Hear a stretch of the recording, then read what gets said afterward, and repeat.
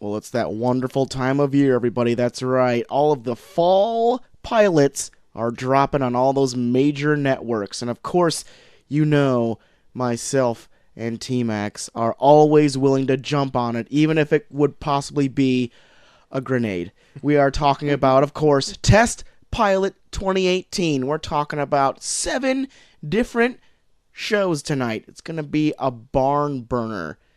We may even try and drown ourselves in sorrow with our favorite beverages, of course, beer. So who is going to survive this fall showdown? Tune in and find out on a very TV-filled edition of the Review. Oh,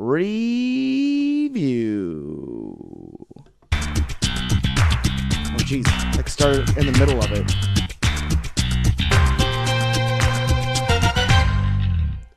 Hey, TV. How can I help? TV? I like how you cut the intro so short that... Because we just need to get talking about it. There's so much going on in here. I cut the intro short. Welcome to the Review Show, where 2 small-town dudes give you our big, small-screen opinions. Wow. Well played. Thank you. I pulled it out there right at the end, because I kind of panicked when I said big. It's like your eyes go wide on big. Big. Oh, no. Where do I go from here? Where do I go? Nailed it. This week we are doing our favorite episode of the year. Calling it. This is going to be your favorite of the year? Favorite of the year. We're doing our test pilot episode. We're going over all of the 3 major networks that don't have their own streaming service. Yeah. All of their pilots for the 2018 season. Yeah, this is the cream of the crop. The ones that they looked at and they were like, people are going to tune in to watch this. So let that sink in. That is right. This is the best of the best that people pitched to at least Fox, ABC, and NBC. This is what made it. Yep. This is some high quality that is it. Television. Oh, I think I was fiddling with some knobs when I was here. Maybe that will do it. Okay. I don't know. What I fiddle with knobs over there. Stop on me and Chelsea's touching show. This. Listen, if Chelsea would just get into the mic, I could maybe not she fiddle with talk like this the whole time. Yeah. She'll start out like this, and then she'll be like, "Okay, now," and then the mic all around like the a table. clicker. Like, look at this toy I have. Stop it! Stop this it! Toy I found. Okay, keep talking. Now get into the mic, and then she'll start back here, and then she'll get all the way back here, and then come up real close like this. Like, Jesus! Will you just level out or something?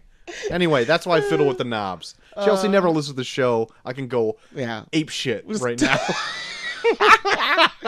No, this is our portion of the show where we just talk shit about Chelsea. I've been single dad mode all week. I've been going nuts. But if we're going to do some TV on the top of the show, let's start out with some TV news, shall we? Okay. I got a bit of a TV news. Want to hear it? Sure. Hear about this? Hear about this? How about this? Hear about this? Hear about this? Damon Wayans. Oh. Part of that Lethal Weapon series on Fox. Yeah. He wants out. Hear about this, JT? Awesome. He is now out after this season's first 13 episodes. Sweet. So Lethal Weapon is going to star 2 characters that are not Riggs and Murtaugh. That's right. Apparently so. Let me take... Oh, come on. I took a screenshot of his actual quote that I am now trying to find. Quote, fuck this. Almost. Okay, so... here's his actual quote when he was talking to some guy. Anyway. Yeah. I'm going to be quitting the show in December after we finish the initial 13, Wayans said in a video interview. So I really don't know what they're planning, but that's what I'm planning. I'm a 58-year-old diabetic, and I'm working 16-hour days. And he goes on to say, actually, his off-camera interviewer said, so you're over it? Wayans replied. I've been over it.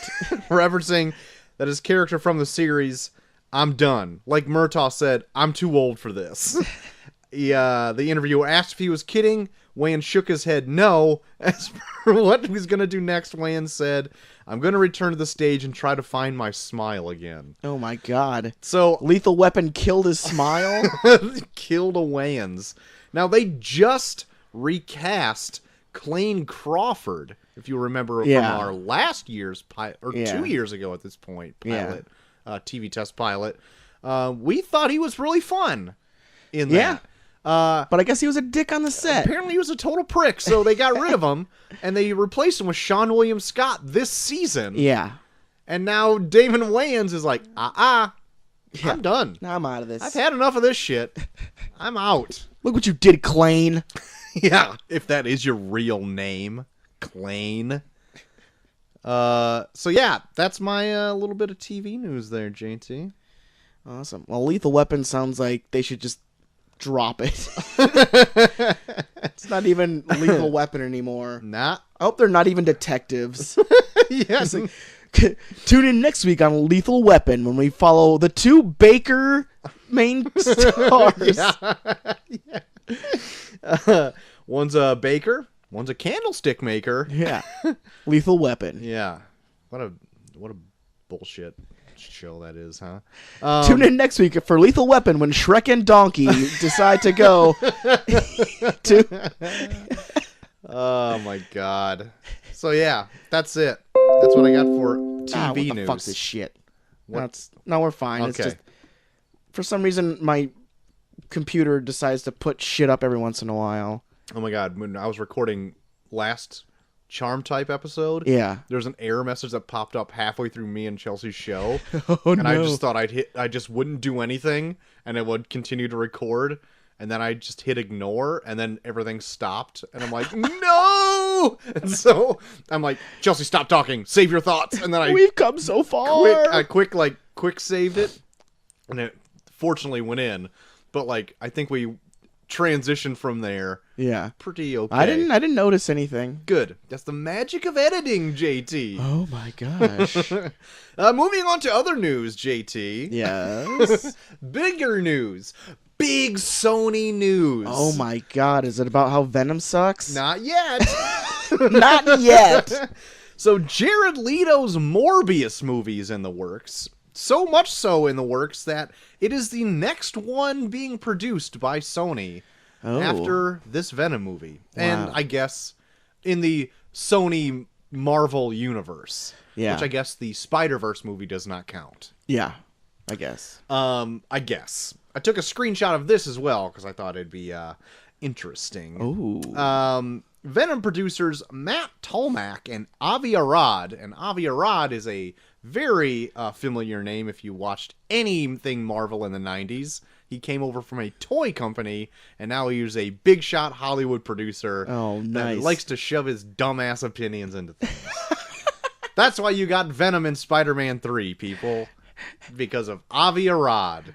Come on, guys. Big fucking Tommy Bahama wearing motherfucker. You make big money. And he's got the weird voice. He gotta talk like this. Oh, Jesus. Anyway, he's stupid. They both have confirmed that Sony is currently working on the Morbius film. This is intended to be the next Spider-Man spinoff to release after Venom. Good. Still no Spider-Man. Nope. The upcoming Venom movie is intended to be the launch of a new superhero shared universe centered around the Spider-Man villains. Okay, that sounds good. And the hero, Spider-Man. Well, let's see if that's farther down this paragraph. The film is expected to lay a strong foundation for the rest of the franchise, with a current prediction suggesting it'll break Gravity's October box office record. Are they talking about... Oh, yeah. The movie They're Gravity. Talking about Venom breaking Gravity's October box office record. The next film... You know what I think will beat it? Probably A Star is Born. The same movie coming out the same week. The next film, Morbius, is gradually taking shape. There have been a number of recent rumors about key characters, and the latest reports have suggested that the production will now begin next month in November. Or after Venom tanks terribly. Yeah, we'll see. Jared Leto, don't put all your eggs in one basket, would you? You're already the Joker, for crying out loud. You know how well that went. Yeah, I've we'll get into it once we get to that part of the news, but I've heard some things about Venom. Well, my next thing is about Venom. Okay. Just little tidbits of news. I didn't read any spoilers or any reviews. No, I didn't read any either. spoilers, but here are some facts about Venom right off the top that we already have. It's got 2 post-credit sequences. Oh my god. So if you're going to see it, stick around, hold your bladder. You don't want to see those.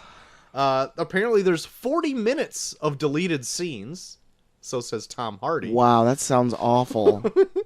And it is officially rotten on Rotten Tomatoes. It is expected to have a $175 million opening box office weekend. I highly doubt that.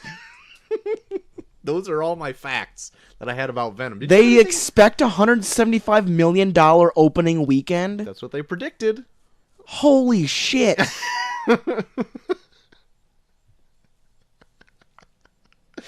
That's shooting for the stars, baby. Wow. That is probably the most shocking news you've heard in a long time. Holy shit. What fucking world do they live on? Yeah, like what lies do they tell themselves? Don't know. My god. I can't wait for this opening weekend now. Oh yeah. Where they're just going to be like they're gonna like try and justify it where it's like someone stole all that money. Yeah. Dang, it must have leaked and got on like Pirate Bay or something. Shucks. I can't see. Mil. Oh my god. I'm frantically searching for that article I saw. Because that's the number maybe it was just 75. If that movie makes $175 million in a weekend. Here we go. Came out October 3rd, which was today. Venom eyes an $175 million worldwide opening weekend. Worldwide. Oof. That's bad. They are not going to get anywhere near that.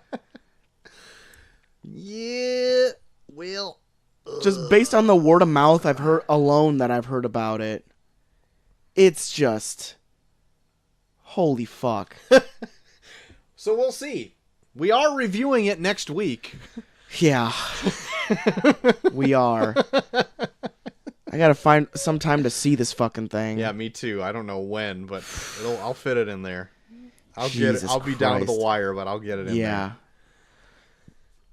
Well, since we're on it, I'll tell you. Like I guess they've had screenings of it. Yeah. Already, right. And they've broken like the embargo on like talking about on social media, and for the like mild case here and there, they're all pretty fucking awful. Yeah, I saw that it was trending yesterday. That must have been the embargo broke. Yeah, and I was like, oh, I kind of want to see some, but I don't want to read it. Like, I kind of want to go into it as open-minded as I can. Most of the comparisons I've heard is imagine any comic book movie made before Iron Man. That's what I keep seeing too. Like any headlines like Venom straight out of 2000. Yeah. I'm like, oh god. Yeah. Even though we liked those when they came out, but again, those were the only ones we had. Mm-hmm. So yeah, Sony's still playing back in the year 2000. But another thing I heard is that there's people that are now saying that there's a big conspiracy theory because Lady Gaga's fan base is so militant that there's people saying that her fans are going out and flooding the internet with bad reviews of Venom to get more people to go see A Star Is Born. Oh, since they come out in the same weekend. Oh, okay. Because I didn't put that together. I was like, no, yeah. So like there's the big conspiracy theory, like all the Marvel apologists, where it's like the only reason it's getting bad reviews is because Lady Gaga's fans are spreading horseshit rumors about it. Lady Gaga's fans don't give a fuck about Venom. And if there are crossover I hope there is. I want to see a fight between the monsters and the Venom fucks. The old symbiotes versus the monsters. Oh, God. Boo. I am not looking forward to watching this fucking movie. Well, we'll I'm see. gonna be pissed watching. Maybe we should try to go together as a group with a few dudes that wouldn't mind seeing it. We should. Have it be a raucous good time. I need a beer in my hand when I watch this fucking thing. But anyway, that's all the news I have, JT. So if All you got right. anything, that's why I was letting you just go off the handle. Go off the there. rails. Yeah. I got a few things. Okay. All right. Okay. All right. Okay. Okay. All right. All right. All right. Okay. Okay. All right. What song is that from? I know it's from something. Whatever. Troy, Amazon Prime has the apparently X-rated version X-rated. of Robocop on there. What? Yeah. There's an X-rated Like an version? X-rated director's cut of Robocop. Okay. So I kind of want to see it. I didn't know there was this kind of a rating. I think this is before that NC-17 Oh. Okay. rated X. Okay. I guess that makes sense then. Yeah. So it would just be like Probably bloodier or maybe more gory. more tits. I don't know. Shooting tits off. Yeah. When Red Foreman's shooting tits off. You fucking copper! I'm gonna shoot your tits, you copper. Yeah, I didn't have a lot of news either. My last bit of news, Troy, Black Mirror. Oh my goodness. Black Mirror news. I guess they're aiming for a release in late December, around the same time as the previous season came out. And for one of their episodes, they're planning on doing a choose your own adventure episode. Yeah, I heard about that. I kind of want to see how that Yeah. plays out there, if that even works. Yeah. Yeah, I'm curious to see how they're going to make it work too. So there you go. Black Mirror breaking new ground. Oh my goodness gracious. Well, if that's all the news you have, then I suppose Guess that means it's done. we're done. We're done. Hey, we're done here. There's actually quite a few trailers that came out this. Yeah. It's probably a good thing we don't have a lot of news because there's a lot of fucking trailers that dropped. Yeah, I mean, I have 4 myself. Yeah, I'll have to go through, but yeah, there's a whole fuck ton that dropped this week. Do you want to start it off, or do you just want to tag on to the ones I got? I'll just tag on. Tag on. All right. Tag on. First one I got, I'm going to start with maybe a bit of a smaller movie. Okay. It's called The Long Dumb Road, Okay. and it stars Jason Mantzoukas in one of Ooh, the title roles. Nice. And it's he co-stars with I've seen him in something else, and I couldn't put my finger on it, but it's like a new up-and-comer kind of like younger actor. Gotcha. Whatever. And he is going on a road trip to go to LA to start to be like a photographer and an artist. Yep. And he just happens to break down in front of a gas station where Jason Mantzoukas is quitting as the mechanic. Jason Mantzoukas says, screw yourself. He fixes that kid's car, and then they both go to LA together. And along the way, he stops at certain places and raucous things. So it's like a cheap due date. Yeah, maybe. It doesn't look like it's like one of the few comedies that have come out recently. Like The House Yeah. that he was also in Yeah. doesn't look like that. Okay. It looks like a kind of like a raunchy comedy, but more of like a down to earth one Okay. where they actually get to know each other. Oh my god. And it's like maybe heartfelt a little bit. I don't like character development in my comedies, Troy. Sorry. I'd rather just see raunchy, stupid humor throughout. Well, That's why my favorite movie of last year was what was really one of the really shitty ones. Something with Melissa McCarthy in it. The House? Did that come Sure, out we'll last say that year? one. Yeah, that was last year. That was pretty bad. It was pretty. I don't know what came out last year. So anyway, I'm kind of looking forward to this. I like Jason Mantzoukas a lot. Yeah, I anything- want him to get his big break. Yeah, anything that he's usually in usually isn't terribly good, which Yeah. sucks. Yeah. Because anytime he's on like any podcast and I see his name on there, Yeah. I usually listen to it even if I haven't listened to that podcast in a long Oh yeah, time. he's hilarious. So And it looks like he's bringing that kind of sensibility to his character, and it is rated R too. So nice. I'm into it. Fucking love the rated long, R, dude. Dumb road. Hard R. That's right. Todd McFarlane's Spawn directing. shows up halfway through the movie. That's right. With Hellboy. Oh my. The next one I got is another comedy. Yeah. Maybe you saw this one. See the trailer for Holmes and Watson? The new Will Ferrell, John C. Reilly joint? Man, this looks bad. It looks terrible. Like the fact that they picked the cream of the crop out of that movie for their trailer, and I didn't laugh once. Oh, it was groan-inducing. Even like the no shit Sherlock line. It was how they keep talking about how they think the Queen is hot. Yeah. And it's like, yeah, we're in such an old time. Of course we think she's hot. Yeah. Like, I don't know. Like, me and Chelsea both watched it at the same time, and as soon as we got it done, I'm like, that looks like hot shit. And she's like, yeah, but I kind of still want to see it. And I'm like, all right. It looks really bad. So we'll probably end up seeing it. So I'll let you know. Yeah, let me know. You can tell me. Yeah. It's not even directed by Adam McKay. It's produced by him. Yeah. Because that's who usually does all their joint stuff. But it's some other, I don't know, some other guy. I know when me and Molly went back and we just finished rewatching The Office because we stopped when Michael Scott's completely gone. Yeah. But the episodes where it's Michael Scott and Will Ferrell together, I think are pretty good. Like the one where like he has them host the Dundies with him. Yeah. And he like tries to do the fucking the King's Speech shit with him.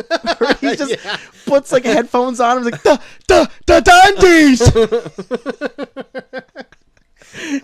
He's just yelling. Like, no, you'll speak fine if you just talk normally, and just like has these headphones on.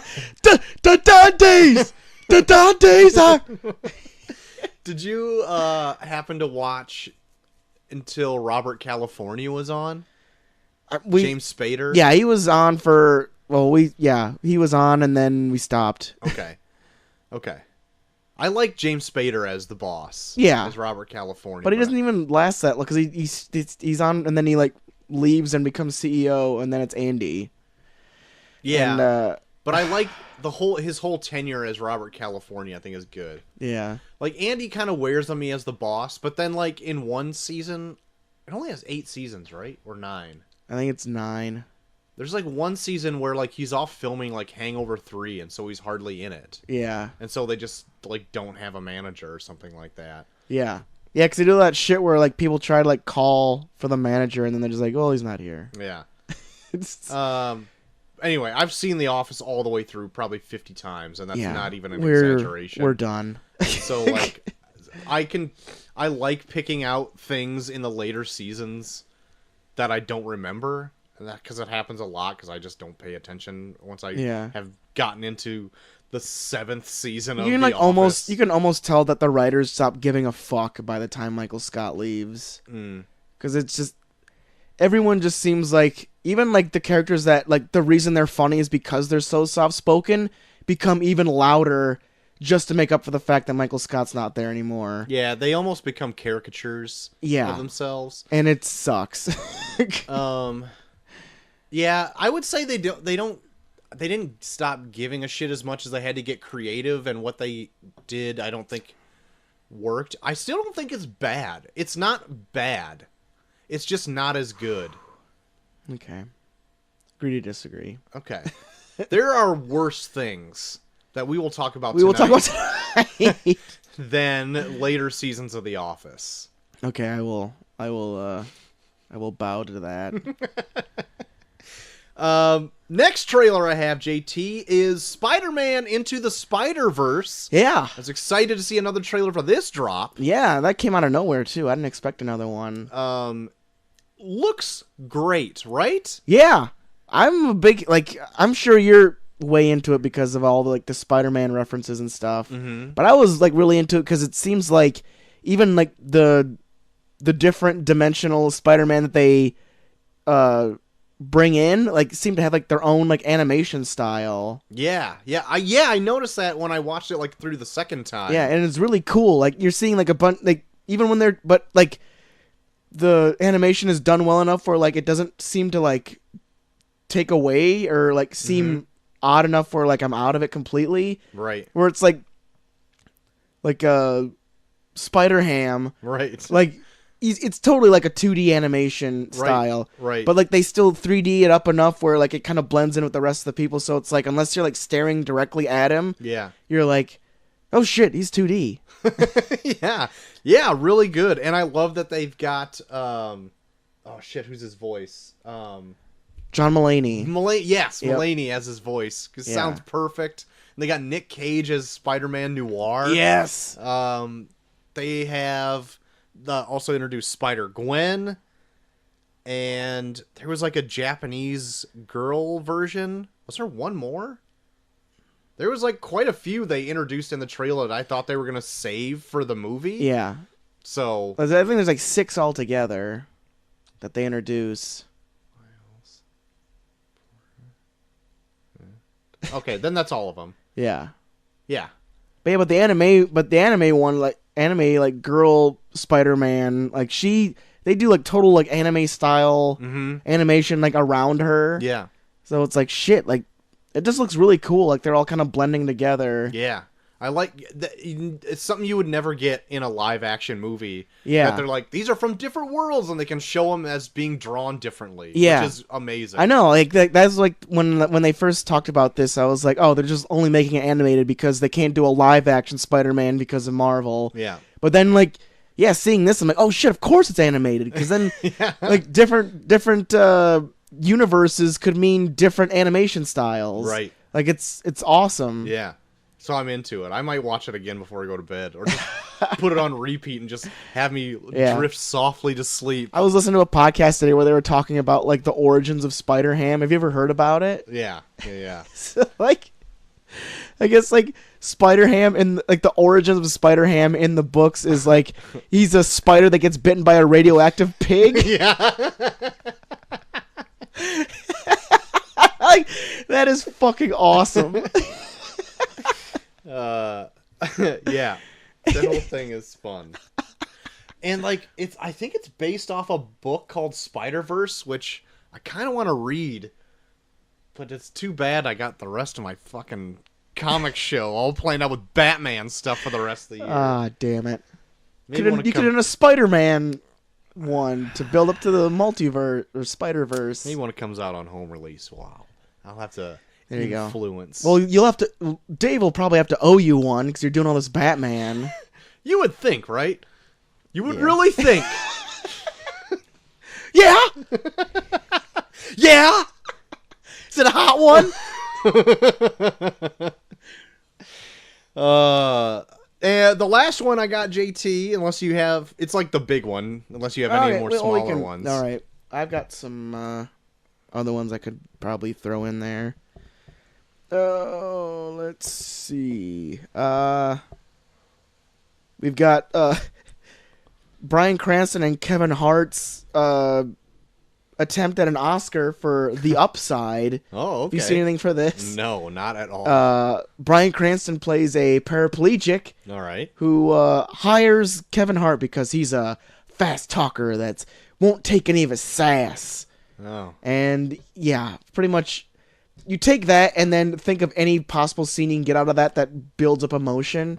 That's what this movie is. Okay, great. Even down to like Kevin Hart being like, I can't see my son! And then he's like, well, whose fault do you think that is? Oh, boy. And then they have these, yeah. Oh, boy. Yeah, it's pretty much just that shit. Okay. What's that called? The Upside. Okay. Forgotten it already. Yeah. Yeah. Maybe it'll be great. Next one I got, Troy. Yeah. They put out a teaser trailer for the Elton John biopic, Rocket Man. Yeah, I wanted to watch that. I just didn't get to it yet. Yeah, you know what? I'm kind of interested in this because I was kind of dreading it because I thought that they're just gonna be like, oh well, we're just gonna rip off Bohemian Rhapsody and do that shit. But from like the small scenes they show in it, it kind of looks like kind of they do like some fantasy musical type scenes in it. Okay. Like it looks like there's like a scene in it where like an entire street corner breaks out into song and dance and shit. Okay. So it's like a legit musical? It looks like it. I don't know if this is going to be like maybe like dream sequences they put into the movie because sure. it's a teaser. There's only like a minute and a half of footage that they show. But I don't know, there was like different scenes where it looks like it could be like a musical. Like there was that and there was like another one where like Elton John is like singing on stage and then like the audience starts floating and like they're like swimming around in the sky and stuff while he's singing. Damn. I totally forgot this movie was coming out. Yeah, I did too. And so when the trailer dropped, I'm like, oh yeah, this is a thing. And they actually have Taron Egerton plays Elton John. He looks pretty much like him too. Yeah, I saw that screenshot and I was like, damn. But another thing that makes me think that it's going to be a musical is that they actually have him singing Elton John songs in the trailer. So and I don't think they would do that unless they were going to do a musical with like multiple people singing. Cool. At the same time. So I'm hoping it's like a cool biopic musical type thing. All right. Shoot. Shoot. Shoot. I'd check it out. So there you go. That's all my trailers I have up to the big un. The big un. The big un. Well, we announced it last week that a trailer was going to drop that night on the Late Late Show with James Corden. He released it in Carpool Karaoke. Dark Phoenix came and went, it seemed. I haven't heard a lot of people talk about this. It's like if they even decided to talk about it or mention it at all, it's already like old news, it seems like. Yeah. Well, because just what happened in the trailer aside, it ends with coming in February. Then the next day, Fox pushed it out to June. After they put out their first trailer. Like, you didn't have the hindsight to just change some text? So they pushed it out even farther to the summer, so it could have a summer release. I guess. But otherwise, this looks like just like X-Men 3. Yeah, it does. Looks like they're going to do more space stuff, though. But wait, I just rewatched it before the show, and I'm like, where's the space stuff? There was like a small clip where they're like in a spaceship. Well, I hope they do something fun. I don't know, yeah. Because everyone looks like they're phoning it in. Jennifer Lawrence just looks like she walked in on set and put an X-Men t-shirt on. And then Magneto doesn't even do that. He just walked in with what he was wearing. Yeah, he's still dressed like the fucking woodsman from the last X-Men. Not even. It looked like he just got out of Starbucks and came on set. He's just got a long sleeve tee on through the whole thing. Even when he puts on his helmet, he's just got a long sleeve tee. Well, James McAvoy shaved his head again. Well, yeah, he got duped into it. I don't know what happened to him. But yeah, even like the X-Men costumes look kind of cheap. Yeah, it looks like they're like regressing back to like what they were in like the first X-Men. Like they just all look the same. Which is fine. Like I don't mind like the team motive because like when the X-Men were first created, they all had similar costumes. Yeah. And even in First Class, they kind of had the black suits with like the yellow accents, and then they would kind of homage like their comic book outfit a little bit. Yeah. But this one, it looks just like a black t-shirt with a yellow X on it. It doesn't look like I guess they stopped giving a shit. What happened at the end of Apocalypse where they all had costumes? At the end in the Danger Room, they all had their costumes on? Do you remember this? Do you remember this? Did you see this? You hear about this? I don't know. It looks boring. Like, that's what I can say. Like, it looks just bland. Yeah. And, like, I remember, like, hearing, like, the screenings that came out for it, like, people were giving it bad reviews and stuff. And, I don't know. My only thought is that I'm betting Disney just was because Disney was talking about just burying it, but now I'm thinking that they do want it out, so that way people are like, that sucked, and then Disney's like, well, guess what? We're gonna do it better. Fuck yeah! Yeah. Oh yeah, just see how Fox fucked that up? Guess what? X-Men is coming to the Marvel Universe. X-Men is coming to the mouse on Disney XD. Jesus. So yeah, I don't know. This looks boring at best. Yeah, we'll see. The latest one was boring. Yeah. Apocalypse? You kidding? I don't know. You know what I also heard? That New Mutants still hasn't reshot yet. Still hasn't done its reshoots.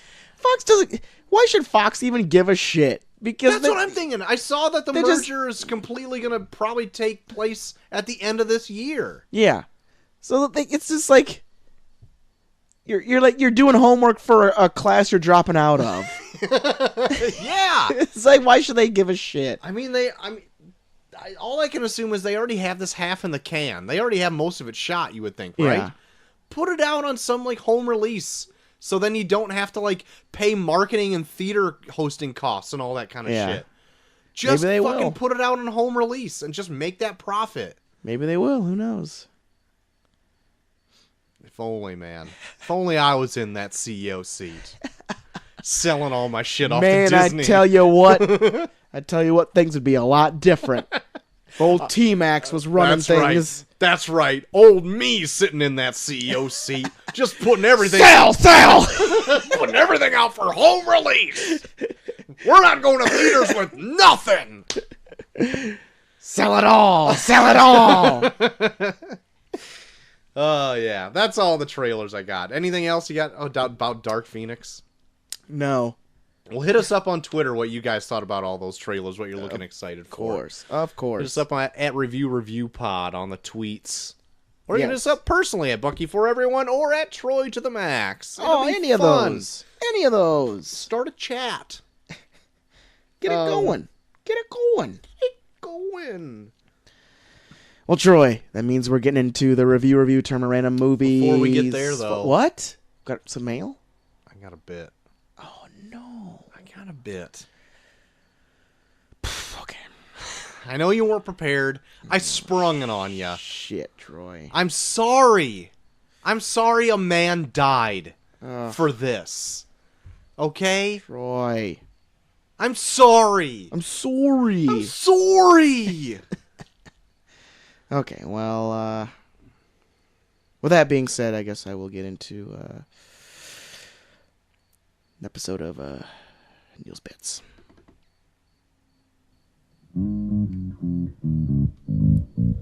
People dying, it's the pits. Please stay tuned to Neil's Bits. All right, who died, Troy? You know who died? Listen, I know the song. I don't know where yet. You can't. You gotta... Man. All right, Troy, who died? Is it really done? It's not done yet. Here it goes. Now it's done. Oh, is it done, though? It's done. More trailers, Troy. Carlos Ezquerra died, JT. If you don't know who that is, okay, it's the co-creator of a pretty famous British comic hero who has a few film adaptations, Judge Dredd. Oh my god. The artist who created him visually passed away just a few days ago, I think on October 1st. I am not sure how he passed, but he lived to the age of 70 years young. Oh, man. Yeah. He escaped judgment. He came up with the designs for the character Judge Dredd ahead of the launch of the 2000 AD comic book in 1977. Ooh. Judge Dredd. That's right. I'm the law. So, like, that's pretty impressive, because Judge Dredd, for being in, like, an anthology kind of book, like, really caught on and took the world by storm, especially in the UK. Yeah. Because 2000 AD was only pretty much available over there. And to have it be in the popular culture So much so that it was just like this random small character. Now he's like this big, huge British deal. Even American at this point. Yeah. There's maybe still creating that TV series. Who knows? Who knows? But yeah, his contributions pretty well received by the general populace of the world. Still love that Carl Urban one. You know what? I still need to go back and see it. I started it twice, fell asleep both times. Oh my god. I know. I heard it's great, and I just can't stay awake. Not because it's the movie, it's because I lead a very stressful, tiresome life. We'll hit it up sometime. We will hit it up sometime. Yeah. But anyway, yeah. Carlos, R.I.P. Yep. May you judge in the stars. That's right. Yes. May you be the judge, jury, and executioner in heaven. Yeah. may you kill Rob Schneider in a spaghetti monster or a spaghetti robot. Yeah. That's right. He is the law. He is the law now. He's the law. He's the law. I'm the law. Anyway. Law. That's it. Let's go on to the review tournament of random movies. This one was actually pretty close. Mm-hmm. I was surprised because I didn't know it was close until you tweeted, "It's a close one." Yeah. I was like, "Oh shit!" It was like one vote close, Yeah. and I'm like, "Come on, come on." So I take it you were voting for Hollow Man? I did end up voting for Hollow Man, and one of our followers too was like, "Come on, this isn't even a close one." And then I'm like, "I'm sorry if your Hollow Man vote it wasn't up to snuff, man." But did not reach no. Did not reach the epitome that is the Princess Bride. Nah, once I retweeted it, it did get more votes. Yeah. But all Princess Bride. Oof. Yeah. Yeah, so Princess Bride right. taking it. Yep. So no Hollow Man. Hell, a boy can dream. A boy can dream. Yes. A boy can dream to be hollow. So the Princess Bride joining the likes of Jerry Maguire, Street Fighter, and the Meg. Great. What a fucking odd grouping of movies. So yeah, but that leads us to two more films What from do the we got? Random Movies. One is a new release from 2018. What? This year? This Of our Lord? year of our 2018? Lord. And My word. the other one is a throwback to a golden age made in 1997. Okay. The first one from 2018. All right. The only thing crazier than love is family.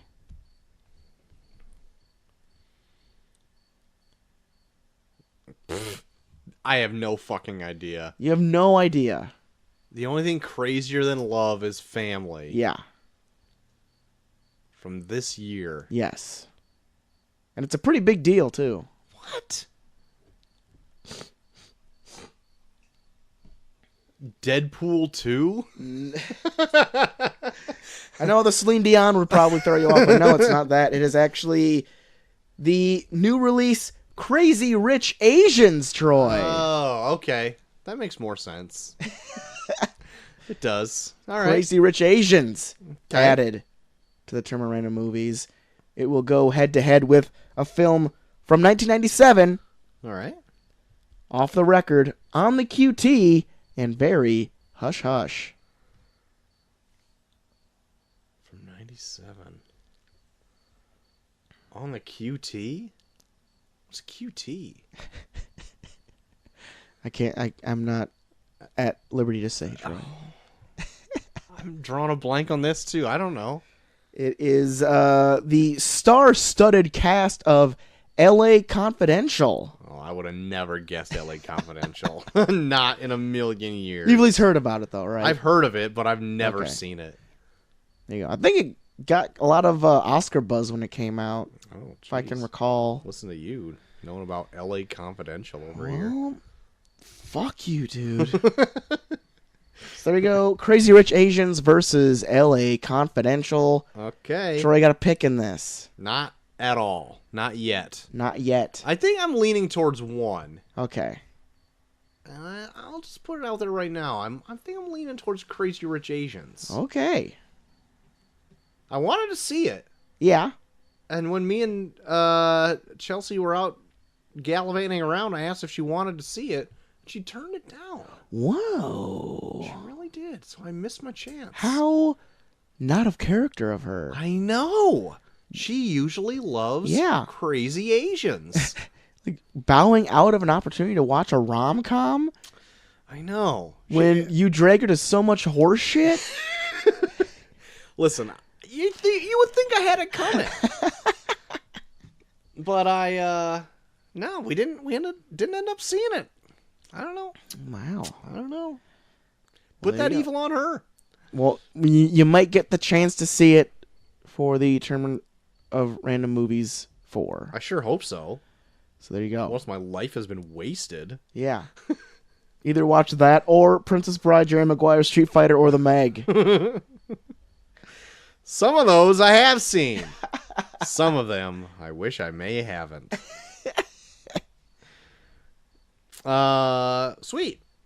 All right. So there you go. What an odd... I'm going to keep saying it. It's the most random one I think we've ever done. Oh, yeah. But that's fun. But it's fun. But it's just so fun. You see. All right. It's just fun. Well, was that put us on the top spot? That puts us Does that at put the us main event. at what we are talking about this evening? Some of the highlights of this last fall TV test pilot season? That's right. We are test piloting. We're taking the controls. That's right. And we're taking this plane into a nosedive as we talk about the TV pilots in our annual test pilot episode for 2018. 7 good or bad TV shows. Yeah, that's right. I think we brought them up a few episodes ago, or even last episode, but here's the rundown of what we're going to be going over. Yeah. We're going to be going over the Rel, just Rel. Rel. Yeah, the titular Rel. The Manifest, New Amsterdam, Single Parents, Yeah. A Million Little Things, I Feel Bad, and The Cool Kids. Those are the ones we are coming out with. Yes. All of them from NBC, ABC, and Fox. Because fuck CBS. Because fuck CBS and their stupid fucking app. Which ones did you want to do first? I don't know. Well, I've just got ones in a list of how I've seen them. I don't know if you just want to ping pong back and forth like we've done before. Sure, let's ping pong. All right. Which one should go first? Well, I went with trailers. Why don't you just pick your first one? Well, I'll go with the first one that I saw. Okay. Which is I Feel Bad. Was All the first right. one that I saw. Oh boy. Okay. I Feel Bad. I will do a synopsis for this one. Okay. Oh, so we'll take turns going back and forth with synopsis. Sure. For the synopsis of I Feel Bad, there is a Indian wife, and it seems like an American white father, and they have a few kids. They seem to be visited frequently by the wife's and the main protagonist of this series. Borderline almost live with them. Jesus. Yeah, they're pretty much like the Everybody Loves Raymond parents. They're always over. And how she deals with her being, I don't know, like a bad mom. She thinks she's a bad mom, but she's just scraping by as a normal parent. This is how I interpreted it, is that the whole show is going to be her having a bad thought and then her badgering everyone in her life to make her feel good about it. Yeah, because that's pretty much what the first episode was. So what drove me nuts in this one? Yeah. I think you will agree wholeheartedly. Yeah. Was not necessarily the premise. Yeah. The premise is a tried and true kind of like situation. Yeah. I just mentioned Everybody Loves Raymond. Yeah. It's kind of the same And thing. it could be a fun premise, too, because everyone does get, like, those thoughts in your mind every once in a while where it's like, oh, shit, that was kind of fucked up to think about. Right. What drove me nuts was her job the most. Well, yeah. Her non-existent job? I don't think anyone does a lick of work in that fucking place. So her job is that she is a video game creative. She's an artist for like a Yeah. video game designing company. Seems to be the only woman that works there. Yeah. And seems to be... It puts her over as, like, twice everybody's age. And maybe She looks is. twice everybody's age. Yeah, but she's still attractive. Yeah, she is. I'm She's not hot. saying that she's like an old gross woman. I'm just saying that like she looks like a housewife and everyone else looks like She does they grew not up look like a housewife. She looks like she has a family. Yeah, no, but she looks like she has a family. Yeah. She looks like a woman that has a family and everyone else looks like they woke up in a pile of Cheetos. Yeah. And walked to this place to do absolutely no work. I was happy to see that the guy she works with is from Son of Zorn. That, like, animated mashup thing that was on Fox for a while. I really liked him in it, and he's in this. Yeah. I liked him more in Son of Zorn so far, but Yeah. that whole group of quote-unquote kids creating video games in this fun house of a job that they have Yeah. is just like the most out of left field thing that totally takes me out of this. And I feel like even the people that made this are really out of touch. Yeah. Like, they made this being like, let's put her in a video game place. It'll be fun. We'll get younger viewers to tune in. But they don't know how... I don't think they know how the youth of today works, because she is pointing out constantly how they're nerds and how they're awkward.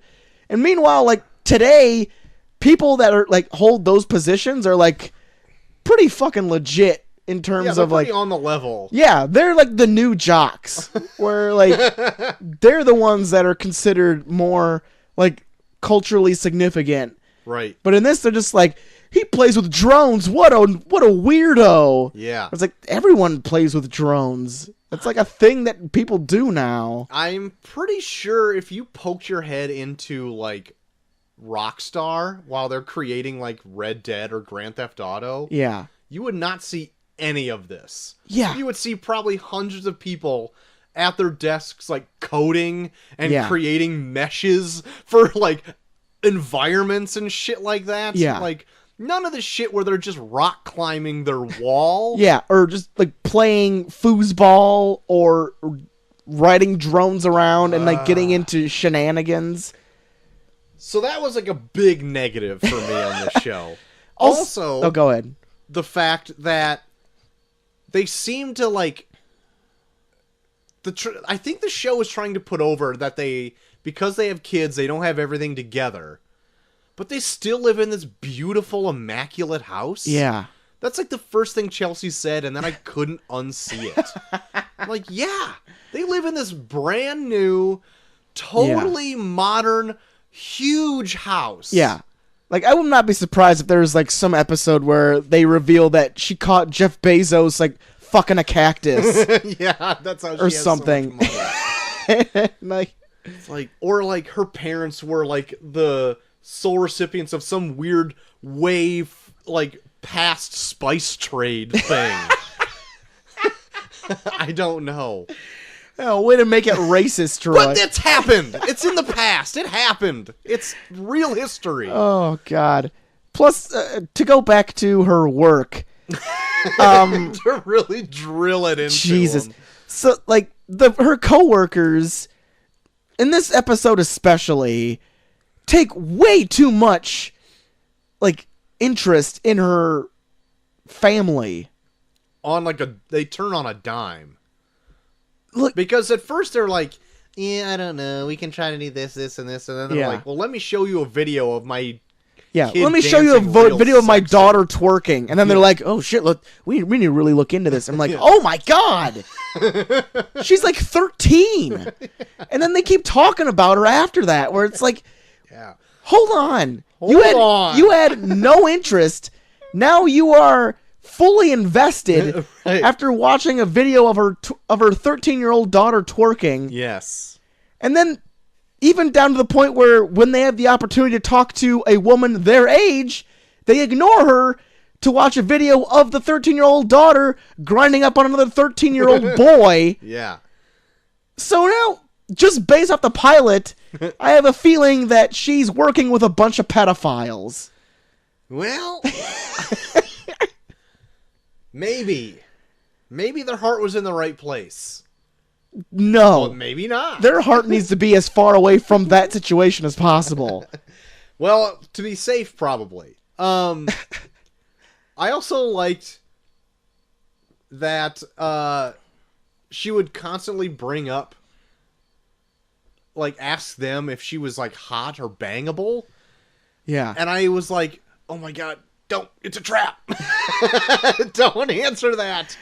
But Yeah. anyway, that was just like a little fun thing. It's like, hey, I'm one of the guys or whatever, which Yeah. is fine. Like, it's not a big deal. But was there any bright moments in this for you? Like anything that you didn't mind? I think the dad was kind of funny for being an absolute doofus. I thought that too. From what little you saw of him, I thought his comedic timing was pretty good. Yeah. Like, his whole thing throughout the whole thing is that, like, he's trying to figure out whether she wants him to say that she's like her mom. Yes. Because she keeps asking him, like, do you think I look like my mom? And he's like, no. Yes? Yeah, you're hot like your mom. Your mom's hot. Wait, no. I didn't hear the line totally, but like, I can't remember what he said, but he ended up saying like something along the lines of like, yeah, I think I saw your mom naked once and it gave me Bell's palsy or something like that. And I was like, what the fuck? So that was kind of funny. Yeah. So there's that. And I don't even think everybody in it is a bad actor. Yeah. Like, I thought they were all fine. I just think the premise of it wasn't well executed, at least in No. this pilot. Like, she just kind of rubbed me the wrong way, because it just felt like I like the idea of, like, oh my God, I feel bad for thinking this. But then they kind of turn into, well, she feels bad for thinking this way, so she's going to badger everyone around her to make her feel good about herself. Right. Or I'm like, if I had to deal with a person like that every day, I'd fucking lose it. Yeah. Like, I thought this made me feel good about myself. Oh, God. But yeah, I don't think she's bad. And I like the fact that it is, like, a multicultural show. Yeah. like That's she's, good. Yeah, so she's it's not Indian. another white sitcom. Yeah. That's fun. It's just not a good show, just based off the first episode. Yeah, Okay, so I told you this already, and as I was watching them. Yeah. But I shotgunned all the comedies in one night. And I was trying to rank them, which I think would be fun to do after we get all these done. What you think is the best one all the way down to the worst one. Yeah. But I ended up ranking this one over the next one I'm going to pick to talk about. Okay.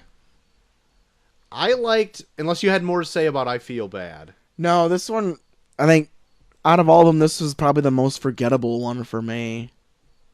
Because I don't know. It felt like a very, like, Yeah. it felt like a very, like, copy, like, even though they try and, like, really drive home the whole, like, she feels bad about this, and she's trying to make amends with herself over it. It's still just kind of played out like every, like, family comedy sitcom. Yeah. I can agree with that. The one I want to talk about was the first one I watched, Single Parents. Yeah. I like chunks of the cast in this. Yeah. Because just from watching them on Hulu, you get to see the title card and everybody standing there. I'm like, oh, I like Brad Garrett. He's in there.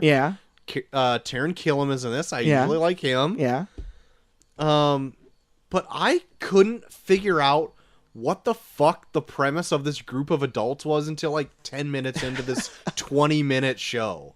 But I'll say that I think I like this more than I feel bad. Okay. But that's fine.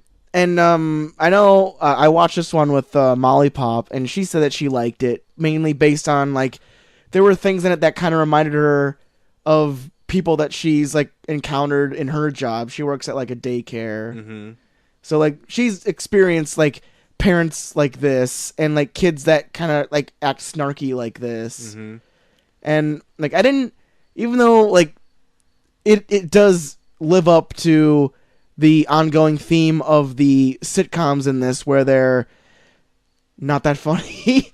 If I'm not gonna, not to spoil it, but I saw this one having the most potential out of all of them because I felt like they played up a lot, like what could be interesting of like all of these single parents coming together, like making almost kind of like this ingrown commune where they're like kind of like bartering favors between each other and like looking out for each other to make sure the other one doesn't go completely insane. Like they're almost kind of like their own single parent ecosystem where they're depending on each other to get through being a parent. Yeah.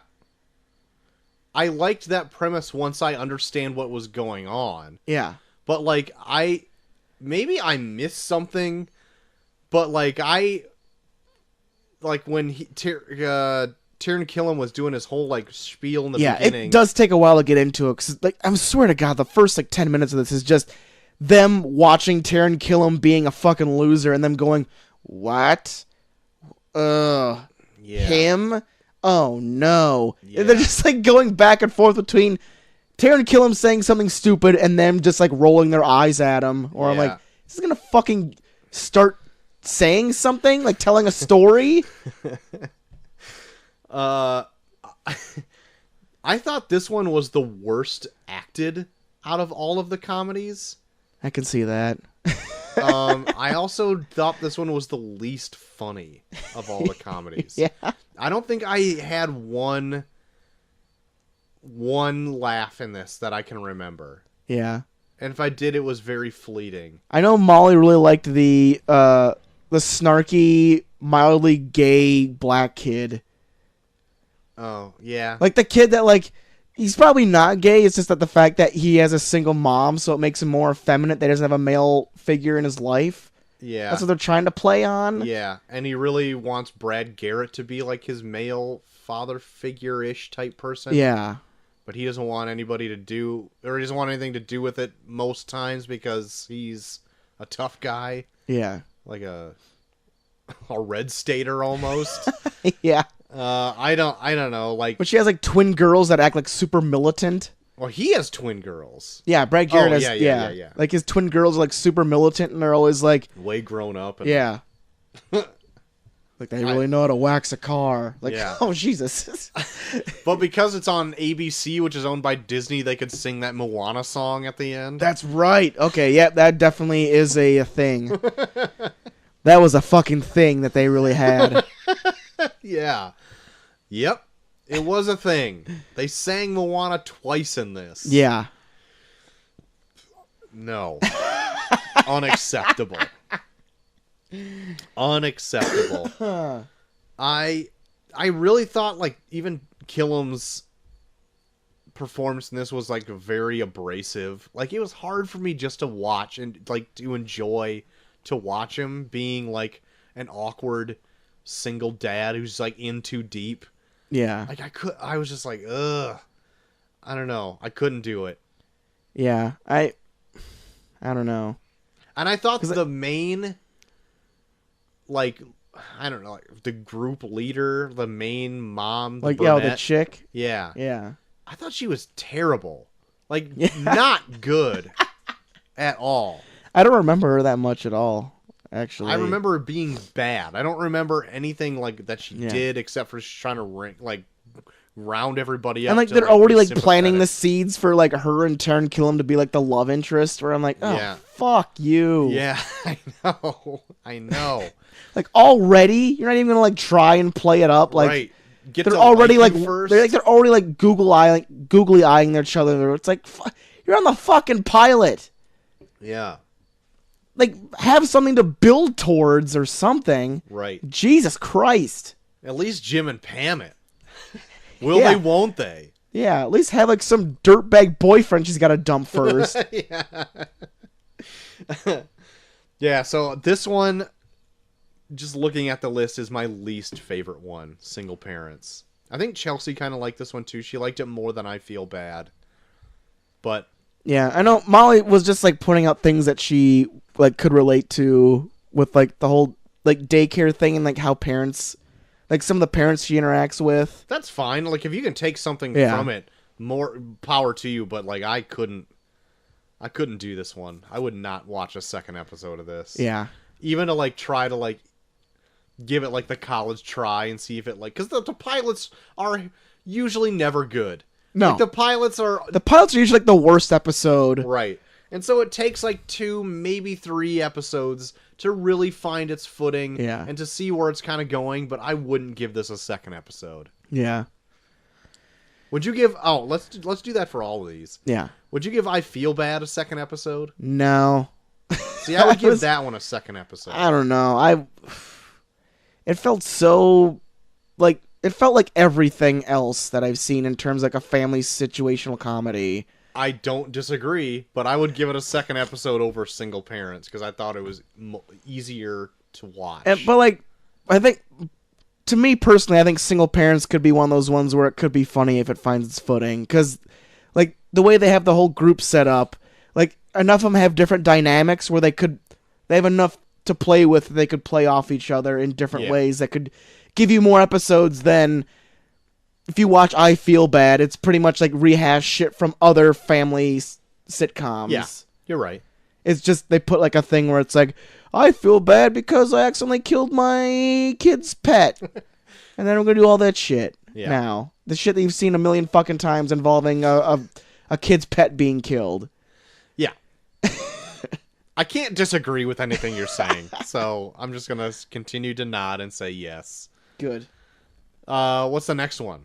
The next one on my list is A Million Little Things. We'll break it up with a more dramatic one. Okay. All right. A Million Little Things. You might be surprised. Okay. I kind of liked A Million Little Things. Troy, you're going to be a little surprised. I kind of liked it too. I don't know what it is. I was trying to place it because I really thought I'd shock you to your core on that one. No, I went into it thinking that it was going to be like the new This Is Us. See, that's what I was going to say. And so far I'm still not off that train. Okay. I still think it could be, but only to the point where it's grabbing people's heartstrings and manipulating them. Oh yeah. There's definitely they definitely put some characters in some situations that they don't need to be in just based on the fact that they know that it'll make you cry. Yes. And there's a few times I did well up in this.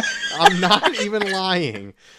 And I don't know what it is. Maybe it's because I'm being a single dad this week. Yeah. And it's a bunch of dad and like brotherhood, like friendship stuff. Oh, yeah. That I don't see like a lot out of like in like just television, I guess. Maybe I just don't watch a lot of it or whatever. But like I bought their friendship. Yeah. I liked that everybody had their own thing going. I never really hated anybody. Yeah. Like Ron Livingston is in this. Yeah, that's right. The guy from 40-Year-Old Virgin is in this. The black dude from 40-Year-Old Virgin. The main dude from Psych is in this. Yeah, and then I don't know who the other guy is. The other guy was the main guy from Grimm. Oh, really? Yeah.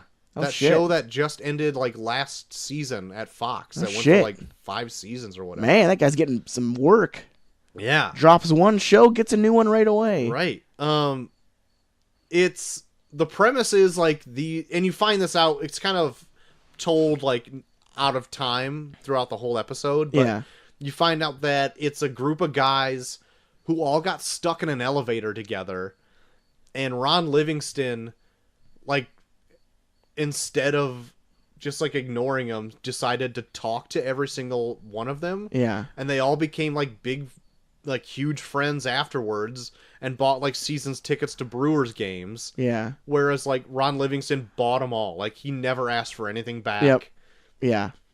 And he's kind of like the glue that holds the whole group together, because, like, if they ever have, like, a problem, like, he's usually the one that kind of confronts them on it. Yeah. Like, there's one guy who's an alcoholic, and Ron Livingston was the one that kind of pulled him aside and, like, told him that he needs to get his life straight, and now he's, like, been sober for so long. Yeah. And,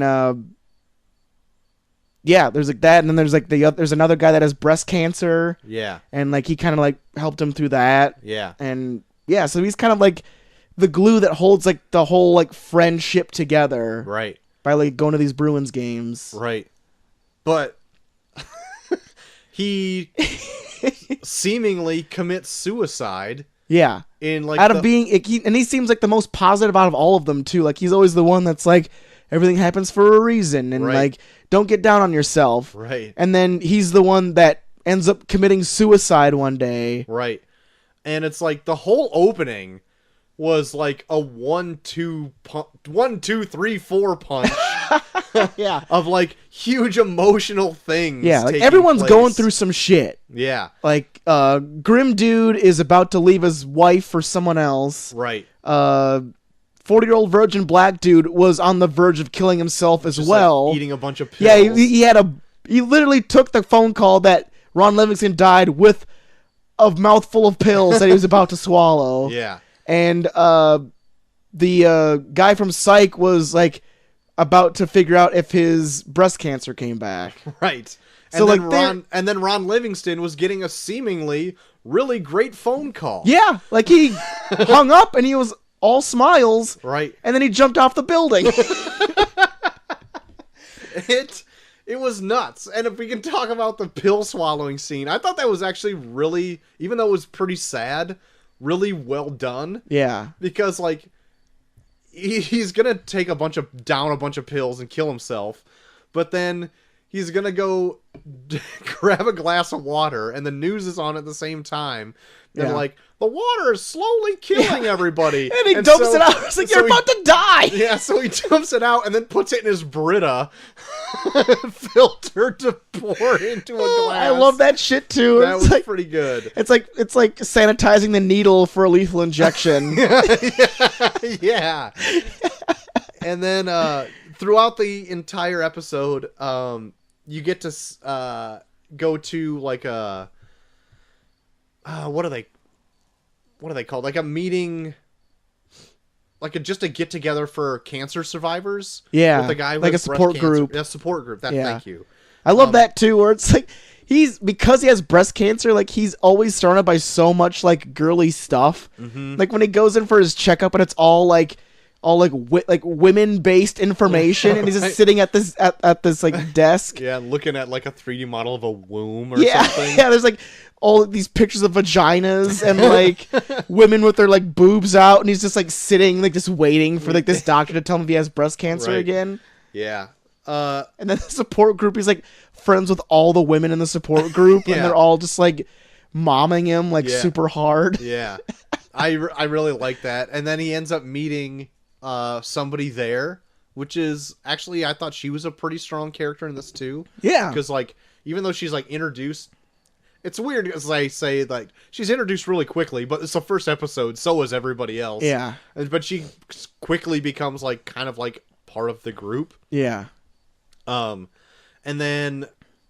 And, like, I think breast cancer guy, like, just calling him breast cancer guy. Yeah. I think he's the one that I, like, connect with the most, because he's always, like, the one that always tries to, like, alleviate all of, like, the really tense and, like, emotional scenes with just, like, very, sometimes, like, inappropriate, but still, like, necessary to break up the tension. Yeah. Like, humor. Yeah. Like, there's one that actually really got me that I thought was funny where,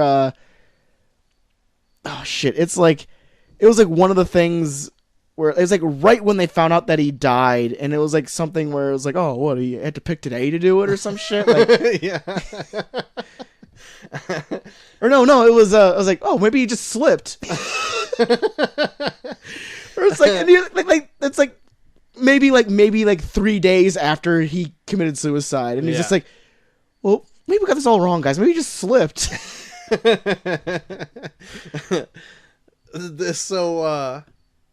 This, I feel like the cast is super strong. Yeah.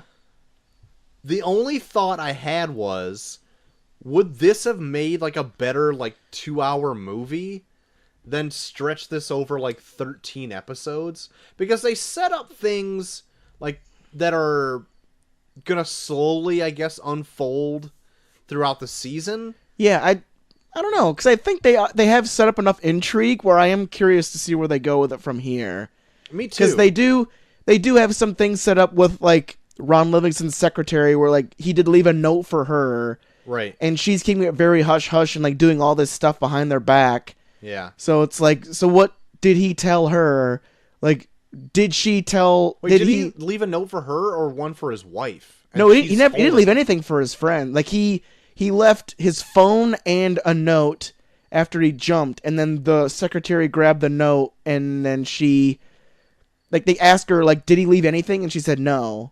Yeah. So it's everyone is wondering what is going on, and then meanwhile the secretary's doing all this shit behind their back. Mm-hmm. So it's making you wonder did he leave the note for his family, or is the secretary fucking them over by doing stuff behind their back? Or is it stuff did Ron Livingston tell her to not say anything to his family or his friends to do this stuff? I guess she was deleting files and stuff. Yeah, because she was it was a packet of shit, and she was cycling through the packet and deleting stuff off his computer. Uh-huh. Yeah, I don't know. And then Grimm, he used to be a musician. Used to open for Skillet or whatever they said it was. Yeah. And then, so now he's kind of out of work because his band's not together again. So he does band lessons or whatever, but he's secretly going out and seeing a woman that he loves. Yeah. Who he wants to leave his current wife for because she has no time for him or whatever. Yeah. Which is kind of heartbreaking, that one scene where he is trying to leave and she comes home to get her phone or whatever it was. Yeah. And then he shoves the suitcase under the bed or whatever and is pretending to play the guitar. Yeah. And she's like, so you got the kid, right? He's like, well, I got this music class. And he's like, okay, yeah, whatever. So you got the kid? Yeah. Yeah, I got him. It's she has no time. Even that, his wife was oh, during the funeral was oh, I didn't know this was going to be an all-day thing. Yeah. So one of his best friends. Best fucking friend. Jesus Christ, what a bitch. So, but you find out, this is one of the big twists in it near the end. Yeah. Is that the other woman he's seeing is Ron Livingston's wife. Yeah. Which I'm oh shit. Yeah. So one of the things that they're playing on is that they think that the reason he killed himself is because he found out about them. Mm-hmm. Because they were planning to run away together. Yeah. And Ron Livingston secretly, after he got off that really happy phone call, which whatever that was, he called Grimm. Okay, hold on. Before we get to that, okay. Yeah, so he calls Grimm, and then they find on his phone, it's he called you right before he killed himself. Right. And then there's that, and the one time you see, he's on a phone call saying that he's going to run away with somebody. So my first thought was oh shit, he's in love with Ron Livingston, they're running away together. Where I was oh shit, that's a really weird turn. Yeah. That they're taking, and it's kind of interesting. But then they oh no, he missed the call. Yeah. I was oh shit. I thought they were going a whole gay route with it, where they're they didn't want to tell they didn't want to tell the other friends that they were in love with each other and they were going to run away together. And then Ron Livingston thought that it wouldn't work, so he just killed himself. Yeah. And then 40-year-old virgin.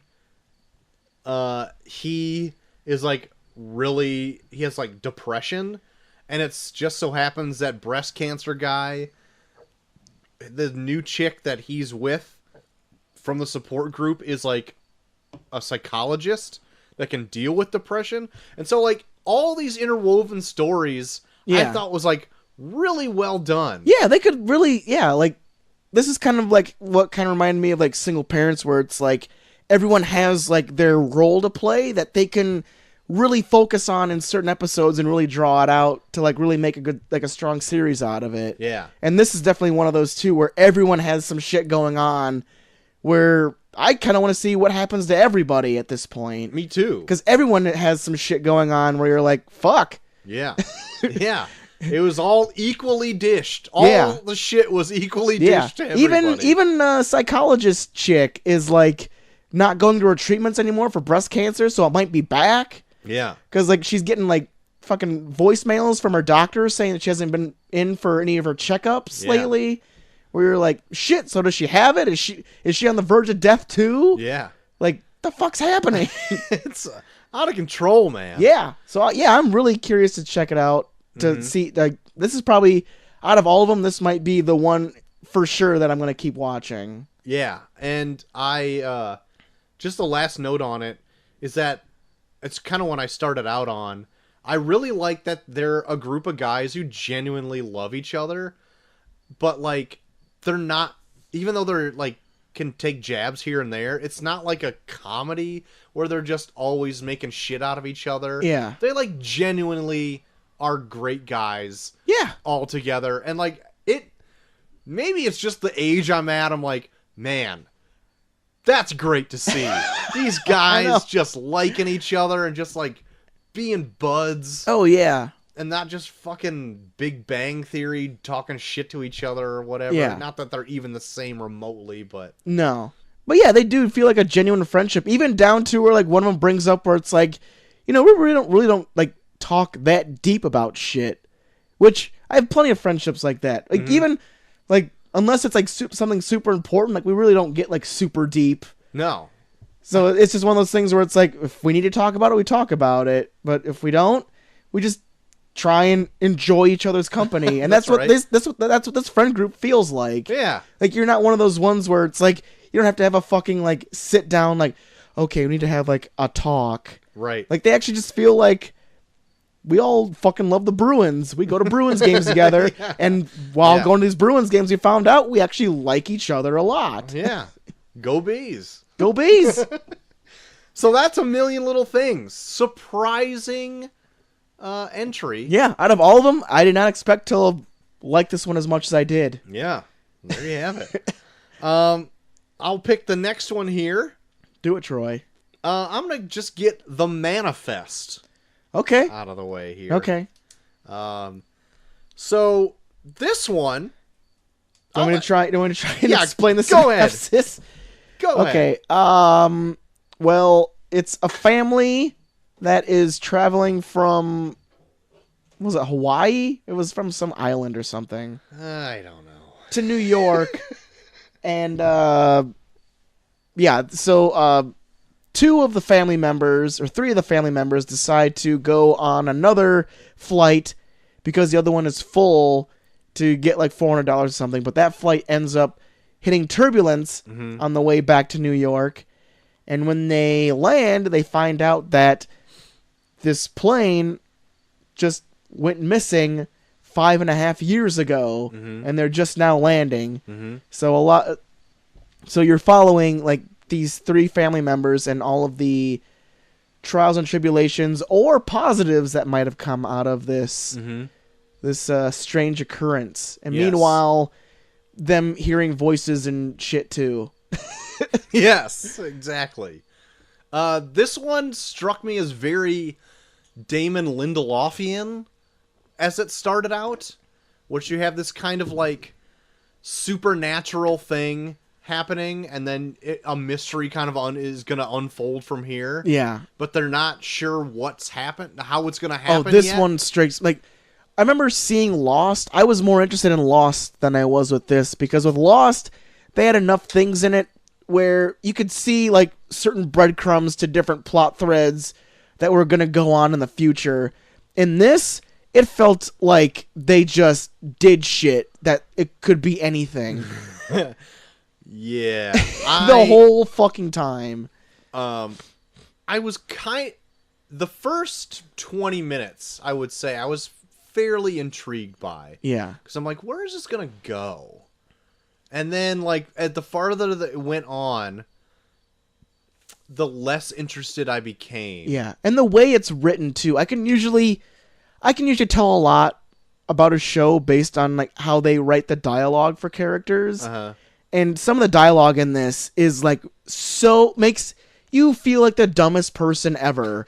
Like, how many fucking times does that detective repeat, "We're on this missing persons case. Stop talking to me. I'm on this missing persons case. I gotta find out where these missing girls are. It's a very important missing girls case I'm on, and I'm talking to you. I have to stop talking to you and go back to this case involving these missing girls." So then you're like, I wonder if the missing girls case is gonna play a factor in this fucking show. Oh, shit. And also, so, like, this pilot, at least, really focused on the family. Yeah. Whereas, like, so does the rest of the people on the plane also have, like, something like this? This would make me interested in the show if they do kind of like a Lost thing where they do the backstory of not everyone, but like a few like other 4 core groups of people. Get 4 or 5 core groups of people, and then how they come together and how they interact with like the other people from the plane. Because if we're just focusing on this family, this show's gonna fucking suck. This family was kind of boring. Yeah, the main dude in it is the guy from Once Upon a Time. He played like Prince Charming. Ugh. And like anytime that was on, I would just be like, "Fuck me, this sucks." Like, he is just so one-note droll. Yeah. He's just a pretty face. Yeah. That's all it is. Yeah. And I couldn't even tell you, like, how bad I thought the chick was. Like, no, you know what? She wasn't any worse. She was just the same. Did you notice she had a lot of weird scars on her face? No, to be honest, this one I was mostly, like, tuning in and out of as I was watching. I will not be... I won't put it past you, because, I watched it, and I paid attention, and I was like, okay. But, like, nothing ever really... For a show that its main premise is to build the intrigue on what's going to happen next, I could have literally give less of a fuck. Yeah. Near the end where I'm like, so they got superpowers? Or yeah, so they can hear voices and shit, I don't know, and then they all come together with other people from the plane, and then the plane blows up in front of them, and it's like, oh, so... What the fuck is going on? Why did the plane blow up? I don't give a fuck anymore. Yeah, I didn't care about any of that. Yeah, it literally felt like a premise where it's like, what if they hear a voice? Why? I don't know. They hear a voice. We'll talk. We'll figure it out later. Yeah. Like nothing ever like struck me as like, oh, that's different. I want to know what that is. It's just they hear voices now. Why? They hear voices. Okay. Like none of it is like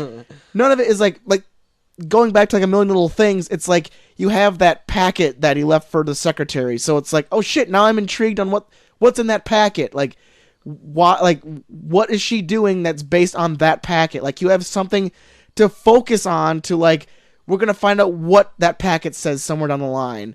But with this, it's like, they hear voices.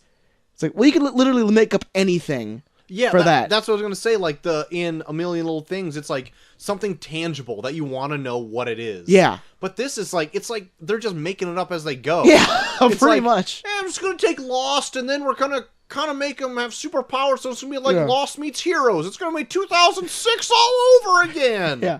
It's like, I don't give a shit. The plane went missing, and now they hear voices. Why? We'll figure it out. Because of a mystery down the road. Then the plane blows up, so now they can't go anywhere. Yeah. I'm like, that doesn't make it. But even in like, they like trying, like, I can definitely tell that they're really trying to get that Lost vibe going. But even in Lost, like, they would do. He had the big mystery of what's this island? Why did they crash? What's the monster? But then they would even do small things where it's like someone would have like a piece of paper that they would hide in their pocket. Yeah. Or someone would hide like handcuffs that they're accidentally wearing. Yeah. Like small things here and there where it's like that's intriguing. Oh, that's interesting. I want to know what that is. But with this, like, that's where like Lost showed that they actually had plans moving forward. I'm like, we're gonna address this and this and this and this and this. Well, you found out later down the line they didn't really have many. But plans. they had things they could they wrote address. themselves into a corner. They had things they could address. Yes. This one is just you could make up whatever the fuck you wanted. Yeah. You're right. And and I agree. A lot of this was dog shit acting. Yeah. So, yeah, I don't know.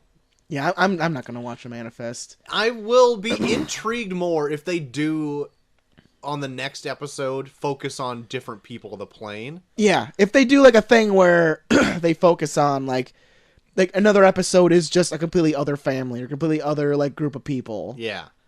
Maybe I would go in and check out a second ep to see if they're better. Well, not necessarily they're better. I'm not trying to freaking wish a whole lot here, but I just want to see if they do that, because then I'd be at least more intrigued. I'm like, well, did anything happen to these people? What do they got going on? But if it does not any better by then I'd be like, nah, I don't care. Yeah. Fuck Manifest. I'm not gonna watch any more All right, shit. fair enough. I would give it maybe one more if I heard that they focus on other things. Fair enough. So it has an asterisk by Fair it. enough. All right. What's the next one you want? Let's get Rel out of the way. Okay. Rel! A fun... It sounds weird to call it like a black comedy. Yeah. But it is like... It is a primarily black cast, though. Yeah. Which is good. Like, actually surprising that it's on Fox. Yeah. But... I get it. I had conflicting feelings about this one. Yeah. There's not even really much of a synopsis you can really even explain about it. It's just... Because Rel is like the guy's... It's his name. Yeah. And then it's like just exploits in his life. And the pilot is just like one little hijink that happened. Yeah. Well, it's a pretty big one. His wife left him for his barber. Yeah. Yeah. His wife left him for his barber, so he's barberless. And then... and wifeless. And wifeless. I love you're the first thing. So his wife cheated on him with his barber, so he has no barber now. Yeah. And he's got some kids. You never see him.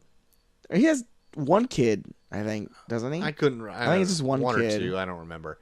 And then it's just pretty much like a day in the life kind of a thing. Yeah. Which is fine. I didn't find him terrible, but not great either. Yeah. There was points in where I thought he was kind of funny. Yeah. And it's like, because it was very self-depreciating. Yeah. Which I liked. Yeah. But there's other points where I didn't feel carried very well. And then when his brother came into the picture, I was like, I don't know about him. But then Sinbad came in as his dad, and I was like... I think Sinbad's the best part of this show. I'm on board. Like, the minute he started cracking jokes off on everybody, I'm like, oh my god. More of that. Mm-hmm. More Sinbad. He's like comforting the brother because like, oh, it's okay. Xy's not crack. Yeah. Yeah. And his brother goes to jail for dealing ecstasy, and then he's like, you're over here dealing crack. And like, it's like, oh, it's okay, man. Xy's not crack. I'm sorry. You try to apologize. So they all get dressed up in their best church clothes. Yeah. And go to church, and then Sinbad meets him there, and then he like pretty much talks shit to his sons for a minute. Don't sit next to me. Yeah, and then makes up. He's like, all right, I apologize. You're my sons. I shouldn't treat you that bad. So let's all go in there. And so they all follow him. He's like, whoa, whoa, whoa. Don't follow me that close. You just got my reputation to think about. Stay back. I also like, though, that Rel was also the preacher. Oh, yeah. Pulling a fucking Tyler Perry in this shit. Yeah. I really like that because, like, the whole sermon he's talking about Rel's exact life. He's just like, this is really specific to me. But he's not talking about me. He's like, Brother Rail, you need to really get your... I can't lie. We're talking about Brother Rail here. Yeah. We need to help him out. But yeah, I'm just going to say right now, Brother Rail, you need some help. Yeah, his brother's dealing crack. That was probably one of the funniest parts. Was the whole church scene. I really like that a lot. This show kind of felt like they were trying to do like a black Sinbad, or not, like a black Seinfeld. Yeah, a little bit. Where it's like it's him and is it his sister? It's like his sister, like it's like a sister or like a really good female friend, and his brother are just kind of like just like talking shit about each other and life. Yeah. And it gave me like a really big Seinfeld feel, but it didn't have like the strong writing that Seinfeld had. Yeah. I'm not totally against this though. It's like if this was just on, I wouldn't turn it off. Yeah. It's light and it's fun, and like a lot of it just felt, I don't know, it felt different enough from all this other like kind of white bread stuff that you see a lot of. Yeah. That it was like refreshing. Yeah. And almost like probably like a good portion of this is just people ripping on each other, and they have some pretty good rips on each other. Especially when he gets onto the bus and that guy just shows up and just fucking lays into him. Just fucking dunking on Rel. It's so good. Like he literally gets a free bus ride just by getting a good one on the bus driver. Yeah. Like the guy's like, all right, you can ride for free. You got me good. Yeah. And then he's like dunking on people left and right so good that he's just in the rest of the episode. Yeah. And even like just dumb shit where they keep talking about the chick with like the boots that don't fit properly. And then at the end, like loose she breaks, boots. Yeah, loose boots. And in the end, she breaks her ankle. Because and then they boots do are too loose. And they do the whole sermon with Rel as the preacher was like, let's do a prayer for sister whoever who broke her ankle in those loose boots. Those boots are so loose. Can I agree? Can I get an amen for those loose boots? He's just doing a sermon on these loose boots. The more I think about it, the more I liked Rel, I think. Yeah, I think Rel was definitely the stronger ones. Of the comedies, I want to say it's like the top contender. I'll agree with that. I mean, we got one more to go with here. We'll do that one next. But I think I would catch another episode of Rel. Yeah, I might check it out. It was, like, I don't think it had the strongest of writing, but like we said before, pilots are usually like the worst episode usually because they haven't found their footing. Yeah. And this feels like a cast where if they find their footing, it could get really funny. Yeah, I totally agree. Because I think the sister definitely has her moments. Like the brother, even though he's kind of annoying, has his moments. Yeah. Sinbad is fucking awesome. Yeah. and just Rel in general, just being like very self-depreciating. I think that really pays off. Yeah. This one though, like it seemed to have the least production. Just like the sets didn't look as good. Yeah. Did they reuse a set or was it the same place? Was that bar the same place as that dance? No, yeah, because the dance at the bar. Okay. Yeah. I was just making sure, because I'm like, did they just reuse that set again? Oh, yeah, it's the same set. But all right. I think they were like playing it off that the dance was at the bar. Okay, great. Good. That makes me feel, I guess, better. I don't know. So the next one is the Cool Kids. Yeah. Which surprisingly is produced by Charlie Day. I saw that, and like he shows up in this. Yeah, he plays like some maintenance man. Yeah, like doesn't really interact with anybody else. No, he's just they just show him in a scene fixing a table, doing Charlie work. Yeah. I didn't realize that until like I was watching the opening credits, and I was like, did I just see Charlie Day's name in this? No, I figured out like I was on Twitter randomly one day, and they had like a commercial for it where Charlie Day introduced it, where I'm like, what the fuck is this shit? Yeah. Weird. Yeah. But, I mean, whatever. I mean, I guess he's got a bunch of free time because they're only doing like 10 episodes of It's Always Sunny anymore. Yeah. But, so this one, Oh, did you want to do a synopsis of this one? Or do you want me to do it?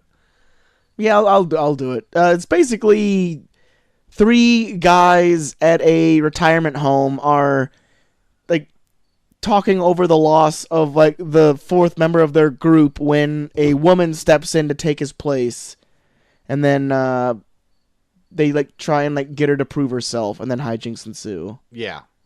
David Alan Grier's in this. Yeah. I think he's the highlight. Well, Really? Well, Because I thought like the other 2 guys, I think were like, I think they were funny just based on like what they are. Because like, yeah. Because was it Martin Mull? I think Yeah. is the guy with the beard. I loved all of his shit where like he would chime in with something from his life, and it was always the most ridiculous horse shit. Yeah, I did like that. Like his big thing is like he's usually pretty soft spoken, but every time he talks, it's always about something in his life that involves like murder or burying lots of money in the desert, or like shit, or like what did you do? What was your life like before this? And then the other guy is like, if you took like a dot diagram and then put like northern and southern, like northern on one side, southern on the other side, then you put straight on the top and gay on the bottom, the dot would be in the farthest bottom left-hand corner. He is the most gayest southern person to ever live. Yeah. His name is Leslie Jordan. My God, but he was amazing in it. Yeah, like I just wanted to listen. Funny. I just wanted to listen to him talk the whole time. I also like that it subverted expectations a few times, because like you would think their whole premise of this would be to sway this other member, who is Vicki Lawrence, is the woman trying to infiltrate their gang. Yeah, I guess. Yeah. To get her out, but then like I love the scene where they sent Leslie Jordan, the gay Southerner, to seduce her. To seduce her, and then like David Alan Grier comes in, and they're just like having the best time. Yeah. Like after like he tries to seduce her and everything, they like meet back at like her place or whatever. Yeah, it's not working at all, and they're just like having the best time of their lives. That was pretty funny. Yeah, but now that I think about it, like, David Alan Grier wasn't my favorite part. No, I thought David Alan Grier was like one of the weakest, which sucked because it felt like he was like the most, like, he's like spearheading the plot. Yeah, they focused the most on him, but like he's like that protagonist that just bitches about everything. Yeah, and I've never been a big fan of that. Like those always rub me the wrong way. Where it's like you're supposed to be like the main character that we follow throughout. So it's like, if you're not having fun, then we're not having fun. And he never seems like he's having fun. No. Like, everyone else around him is, but then he's always like, oh, what the hell? No, we're not doing this. Yeah. I'm like, oh my God. Yeah. But this one does have, like, some more supporting cast from It's Always Sunny in there, too. Yeah. Dee's friend is, like, the head of the retirement she's, like, the head of it. Yeah. This one, was probably my second favorite comedy. Okay. Chelsea didn't like this one at all. Really? Yeah. I don't know why. It just didn't click with her. But I thought the characters in this were pretty fun and different enough. But I could see it, like, not being, like, super well received. Yeah. Like, I don't know. I don't think... This is probably, like, my third...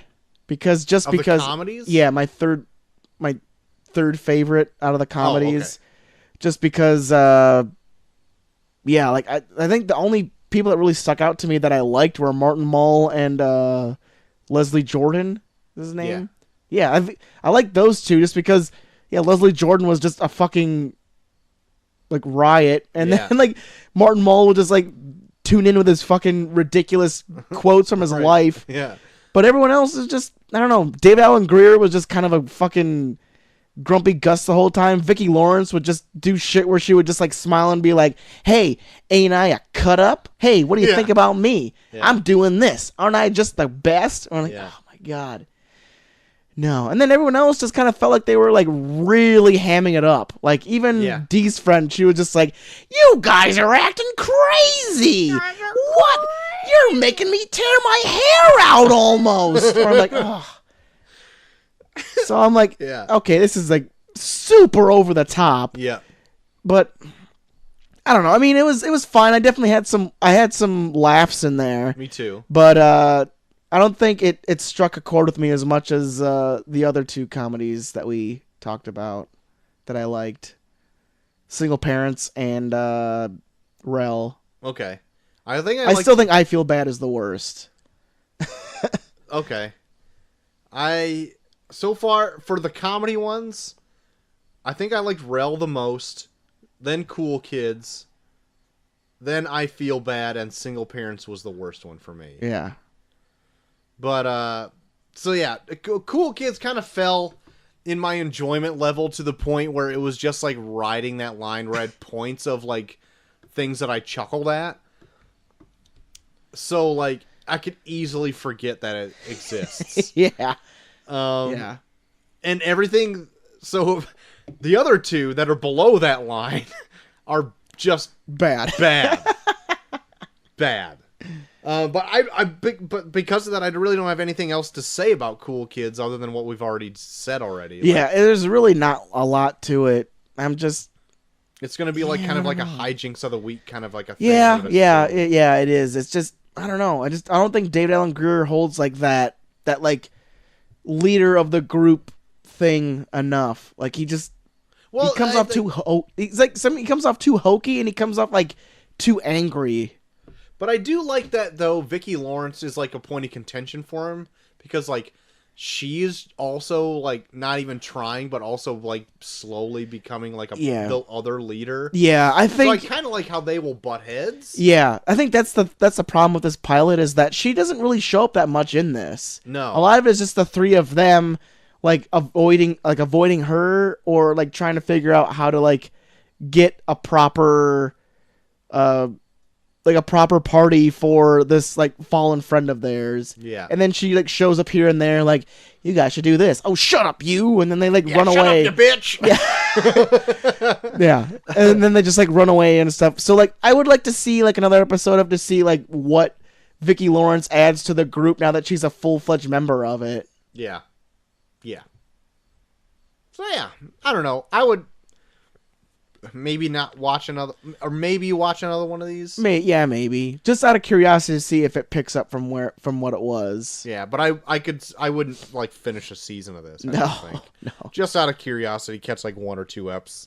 Yeah. If it was playing at a bar, I'd watch it. Yeah. Like it was playing the other day when we went up to eat at the bar up the street. Yeah, they played a clip of it, and they were like, oh my god, it was so fucking bad because it was like a Good Morning America fucking thing. Holy shit! Where I totally forgot they about played that.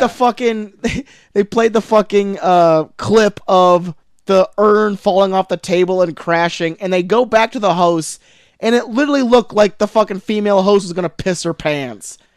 Like she's never seen anything so funny in her fucking life. She is like grasping her face, holding back laughter, looking like she's about to piss her pants. Yeah, it's whoever does Regis and Kelly now. Whatever. No, it was like I guess like Good Morning America does like their own thing now. Are you sure? Because it was like Michael Strahan and a chick. I'm pretty sure that was the originally Regis and Kathy Lee show. Oh, okay. So maybe it's that then. They've replaced hosts so many times that it's now like, these two. Oh, okay. So yeah, just fuck it. Okay. Anyway, regardless, she looked like she's about ready to fucking blow up in laughter watching an urn fall off a fucking table. Both of us saw it at the same time. We were both like, holy shit.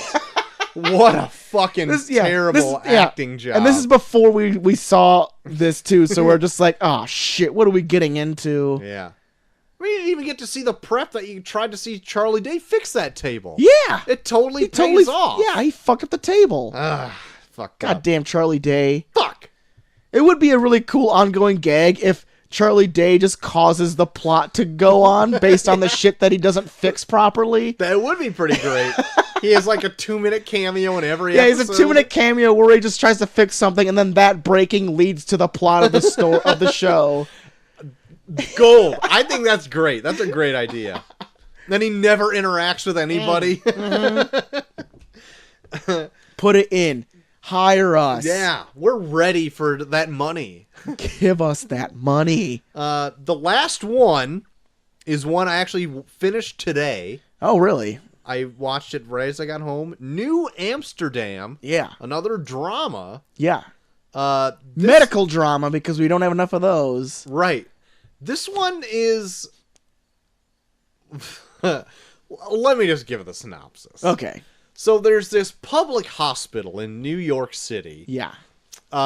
It's totally one of a kind. Yeah. People of all sorts can go there regardless of their insurance or whatever else. Yeah. It's an all open doors policy. Everybody is welcome. Yeah. It's like a really nice free clinic. Right. And so this new head of doctors comes in. The big new head doctor discount Jack from Lost comes in and is the new guy and starts making up all the new rules. Yeah.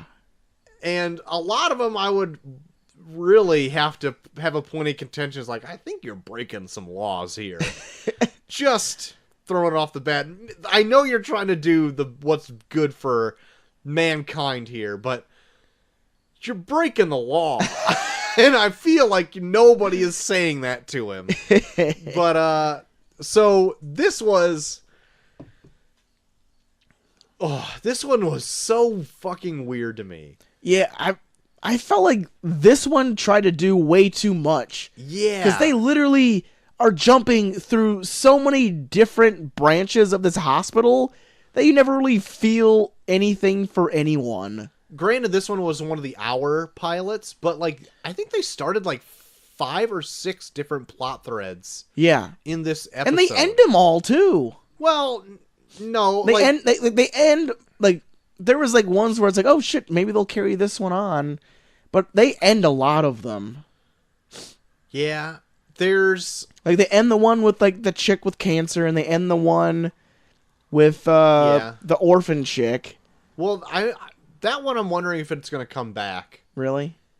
Well, just because like the psychiatrist and the little girl, or the not little girl, but little big girl had like a somewhat of a relationship, you see, like not like a romantic relationship, but like a helpful relationship towards each other. Maybe, I don't know. Yeah, they have a fuck ton of plot threads going on at the same time, and they're jumping through so many different like usually with like a medical drama, you're like stuck in like one specific branch of the hospital. It's like ER was in the emergency room. Yeah. Even the good doctor, he was a fucking surgeon. Yeah. So they stuck strictly to like the surgical, like the surgery bay of this hospital mostly. Yeah. You would guess. But with this, they're like, let's go to psychiatry. Let's go to oncology. Let's go to surgery. Let's go to a meeting that he's having with all of the higher ups at the hospital. Right. You're like, slow the fuck down. Where are we going? Like, what do you want me to invest my fucking feelings in? Because it looks like you have no... Like, you're calling this New Amsterdam because we're talking about the entire fucking hospital of New Amsterdam. Yeah. So, like, this place has to be a massive hospital. Yeah. Because it's got a ton of things going on. And, like, as big of a plot thread... Like, as important of a plot thread that they have about, like, a possible Ebola scare... Jesus! ...was given just as much time as something, like, minuscule.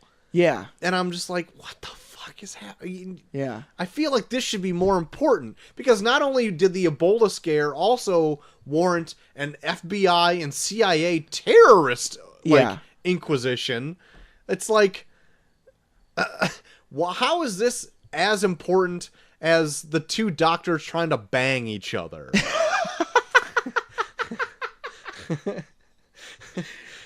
I don't know. Yeah, this show made it feel like this day was like World War III, because there was a fucking like a weird like some kind of outbreak at like the United Nations. Mm-hmm. There was the fucking Ebola scare. There was a fucking the head finds out he has fucking throat cancer. Yeah. The fucking just so much shit. Lays off half the staff. Yeah, this woman that thought was dead comes back to life. Like, there's like so much shit going on in this one episode. You're like, what the fuck do you want me to focus on? Yeah. I have no idea what's going on. Yeah. So, like, I don't know if you've done a great job of just saying what this is about. So this new doctor comes in and totally wants to be like a Doctors Without Borders, but in a border of a building. Yeah, he wants to pretty much he wants to kind of like get rid of all the bureaucracy of medicine and stick to strictly helping people. Right. And so that's why the line I said at the very beginning, how can I help you? It's like, if you were the main doctor of this hospital, you don't have enough time in the day to help everybody that you said that to today. Because this takes place in one day. Pretty much. If you had so many plot threads going on and you're a part of every single Especially one of with them... all the things happening in this one day. Yes. You would not give any patient the fucking time of day that they would felt like they would have gotten good patient care. Yeah. Because you would have been like off doing a fucking million other things. And apparently, like, he's like a high energy, whatever, blah, blah, blah, blah. Wants to do the best. Like, granted, his intentions are amazing. Yeah. Like, he needs low cost, great care for everybody. Yeah.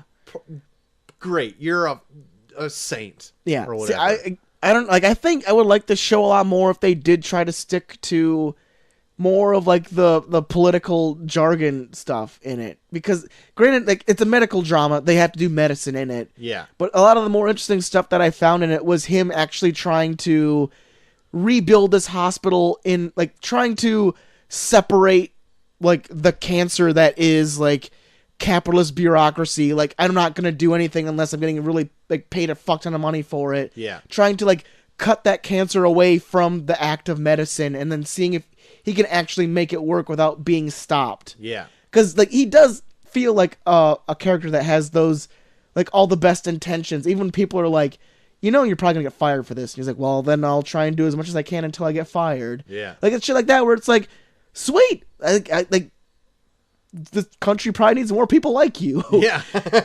So I like the idea of them, like, actually, like, trying to, like, just, like, really explore, like, what would it take to really separate the idea that medicine, you only practice medicine if you're getting paid the most amount of money, and how you actually make it work where you could actually help everybody. Right. Like, that would be interesting.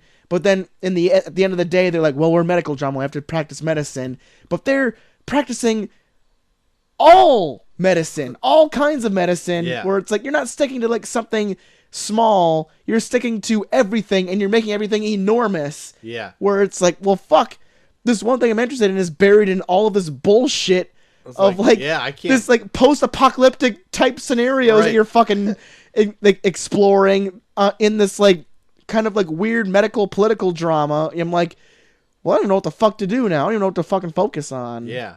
Like, just for instance, the one plot thread that they had, like, for whatever reason, the gas leak or whatever in the UN was not paid very close attention to whatsoever. Oh, no. It was just like they only used that for like a plot thread with like a woman with cancer. Yeah.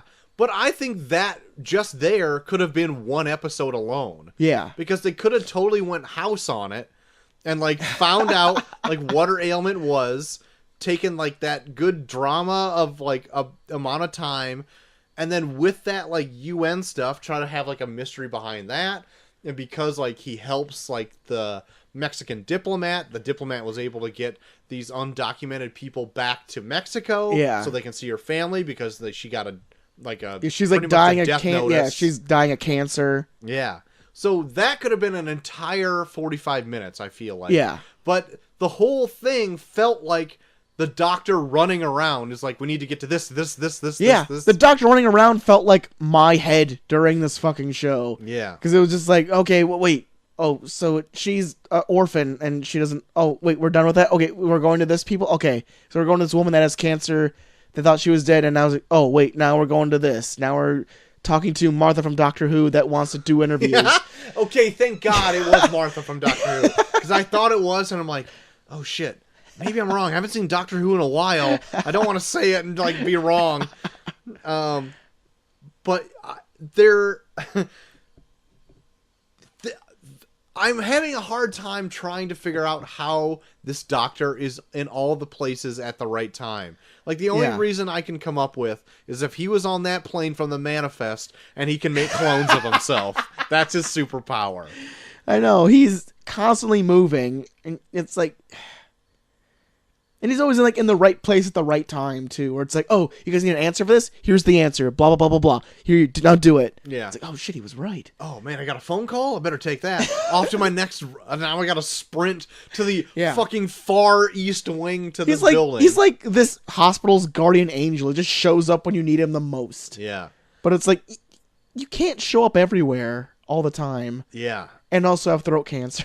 Right. Like, how you would drop... He doesn't even sweat in this. Yeah. You would drop... He's like taking the stairs. Yeah. And then and then at the end where I'm like, okay, everything's settling down. Now we're about ready to end this episode. Then his fucking wife comes in almost having a miscarriage. Yeah. Where you're like, slow the fuck down. What is happening now? That was the one part of the episode that did get me. And I think it's just because, like, I have a daughter. Yeah. I was like... Oh my God, please find that heartbeat. Please find the heartbeat of the baby. Please find the heartbeat. And then it was there, and I'm like, oh my God. They did it. They found it. Fuck. They did it. They did it. She's alive. Oh, Jesus. I'm such a fucking sap nowadays. Yeah. I'm soft as baby shit. You know that? So yeah, that's all I got to say about that. Was New the test Amsterdam. pilot. That was the that's whole friggin' thing. Catch another episode of New Amsterdam? No, I have not watched any more of it. Would you? I don't know if I will. I'm not even a big fan of medical dramas to begin with, so I don't even know if I'm even gonna jump into it. I even really didn't really hate The Good Doctor when we did that last year, and I still didn't go back and watch it. Oh yeah, neither did I. And I think I didn't like that one. I think I did not like that one. Well, yeah, so that was all of our episodes we checked out for this pilot season. Yes. We do have some coming up later this month. Yeah, we're going to do a small addendum to one of our mini Monday eps where we'll do The Rookie and The Kids Are All Right. Yeah. And I do kind of want to go back into those because I think The Rookie looks awful. Like, it might be the worst out of all of them. But The Kids Are All Right kind of looks okay. All right. And then if we caught up with any of these, we'll just add them in there too. Like, I went back and checked this out, and it's just as bad or just as fine. Yeah. So look out for our small test pilot addendum that we'll have on a Monday ep somewhere down the line. We'll let you know. Yeah, it's farther into October, though. Yeah, it's like middle of October was when The Rookie and The Kids Are All Right come out. So check out for those. Check out for those. That's not a thing. Check out for those. Check out for those. Besides watching all this TV goodness, what else have you been into? Well, Troy, I took your advice and I went back and rewatched Avengers Infinity War. Yeah. And I will say that no, I still liked it. Okay. But I think a lot of the movie did ride on not knowing what was going to happen next. Yeah. Cuz like I don't know, I didn't have the same feeling watching it the second time as I did the first time. But there were some cool scenes to revisit that I did like. Yeah. I would agree. I think I liked on a subsequent watch the hammer forging scene a little bit more. Yeah. For whatever reason, when I saw it the first time, I thought Peter Dinklage was just like terrible in it. Oh yeah, he is very over the top in it though. But watching it the second time, I was like, it's not so bad. I mean, what am I? I'm watching a tree and a raccoon help a dude make a hammer. So like, what am I complaining about? Yeah. And like I do kind of have a theory about like with Tony Stark, like because he's like one of the only people that makes Thanos bleed. Mm-hmm. So I think that might be kind of a thing where like maybe he's kind of connected to him in a way where he can he's like one of the only people that can actually really deliver damage to Thanos, and I think that's why Doctor Strange sacrifices the stone to make sure that he stays alive. Okay. Because he makes him bleed based off a punch. Yeah. Because they did that whole thing where, like, Tony Stark does literally, like, breaks out everything in his repertoire just to give him a small cut below his eye. Mm-hmm. And then he was like, was it worth it? And then he just beats the piss out of him. Yeah. So I think there's some kind of, like, bond between the two of them where, like, I think Tony Stark's the only one that can really deliver damage to him. I think that's why he needs to stay alive. Sweet. Good So deal. that's my only geeky theory that I got off my second viewing of it. All right. Fair enough. Anything else? And I watched the Netflix film Hold the Dark, which is the movie that Netflix put out that was directed by the same guy that did Green Room. Mm-hmm. And I don't know. I don't know. I liked it, I guess. It's like I liked it, I guess. It's definitely slower moving than Green Room, but like it gave me like a Wind River vibe of it. Like one of my favorite movies from last year, Wind River. Just based on the fact that it like takes place like in like the coldest fucking part of Alaska. But no, I liked it. Like thinking about it all together, just because there are some scenes where like you think everything's fine, and then just like a gross scene of violence just happens out of nowhere, and you're like, "Holy shit!" Okay. So yeah, I think it's pretty good. Like if you liked Green Room, I wouldn't say it's as good as Green Room, but I still thought it was pretty good. Check out Credits Due, where they just did a review on the Green they Room. made me want to go back and watch Green Room. I've still never seen the Green Really? Room. Yeah. I have to watch that sometime. It's good. I heard. It's real good. Great. Anything else? That's it. Yeah, I haven't been into a whole lot this last week. Just watching a lot of TV. Oh, really? But I also have been reading more Batman stuff, and I just recently have read The Long Halloween and Haunted Night, both by Jeff Loeb and Tim Sale. Oh, shit. The Long Halloween deals with a holiday killer who is killing on like major holidays throughout the year. Oh. And they're trying to figure out the mystery of who's behind him because they keep taking out the Falcone crime family. Oh. And leaving little mementos of that holiday as they go on. So, like, if it's like 4th of July, they'll kill somebody, and then they'll leave, like, a little Statue of Liberty by, like, their corpse. Freedom Ring.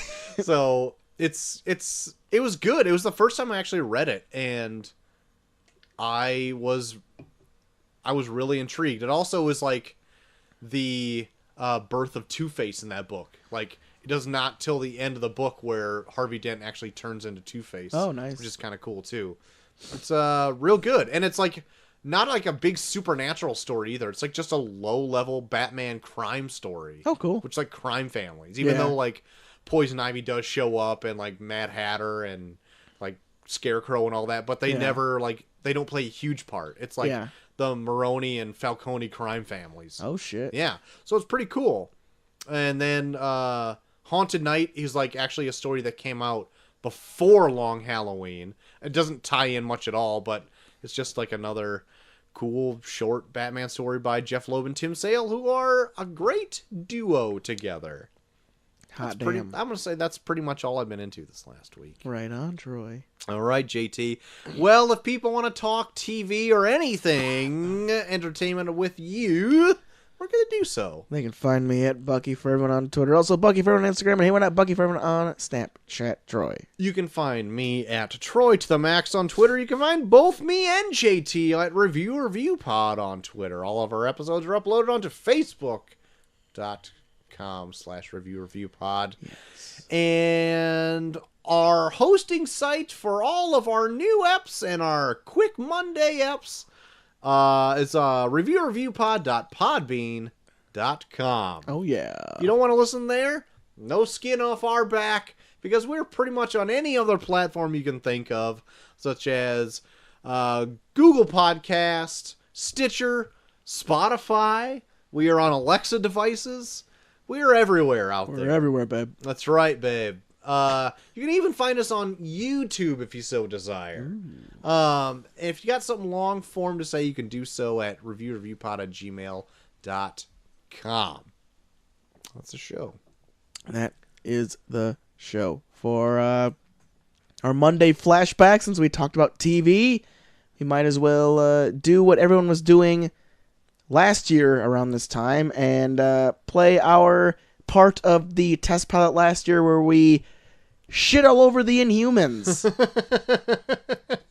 The wonderful Marvel Inhumans that came out last year that got canceled pretty fast. Yeah. We watched the 2-hour premiere of it last year, and we had a lot to say about it. Yeah. We had a lot to say about it. So go ahead and relive those wonderful memories from last year's TV pilots from our test pilot episode of last year. Yeah. Have fun with that. Dude, that was a fucking... Do we go a long time on that? Yeah, that I was going to do the episode by itself, and it was 3 hours, and I'm like, why is it 3 hours? And it's because we almost go an hour on Marvel Inhumans. Shit. Because we we go into that much detail about how much it fucking sucks. Perfect. Well, enjoy that for Monday, and then next Thursday, we should have a review for Venom for you. Speaking of shitty comic book things. So we have that, and then I have an idea for the following Monday's ep. We should do Spider-Man 3. That has Venom in it. Okay. Do a mini ep for Spider-Man 3? Yeah. All right. Because I don't think we've ever reviewed it proper on this. Oh, no. We've never. Yeah. And I mostly want to go back to see if it's as bad as what the internet shits on it to be. Okay. Or if it ends up just being fine. Okay. That's my mindset going into it. Fair enough. Sounds like we got our next 3 eps all planned out. There you go. A mini Monday ep 2 weeks down the line of Spider-Man 3. Yeah. I can do that. All right. Good deal. Sweet deal. I can do that. I'm into it. Yeah. Well, that's what we got on the docket, ladies and gents. So join us on the interwebs where you can chat about anything that we've brought up today. But until next time, we hear us on Monday. Talk about Inhumans. I've been Troy to the Max Extreme. I am GT3K. And we are off.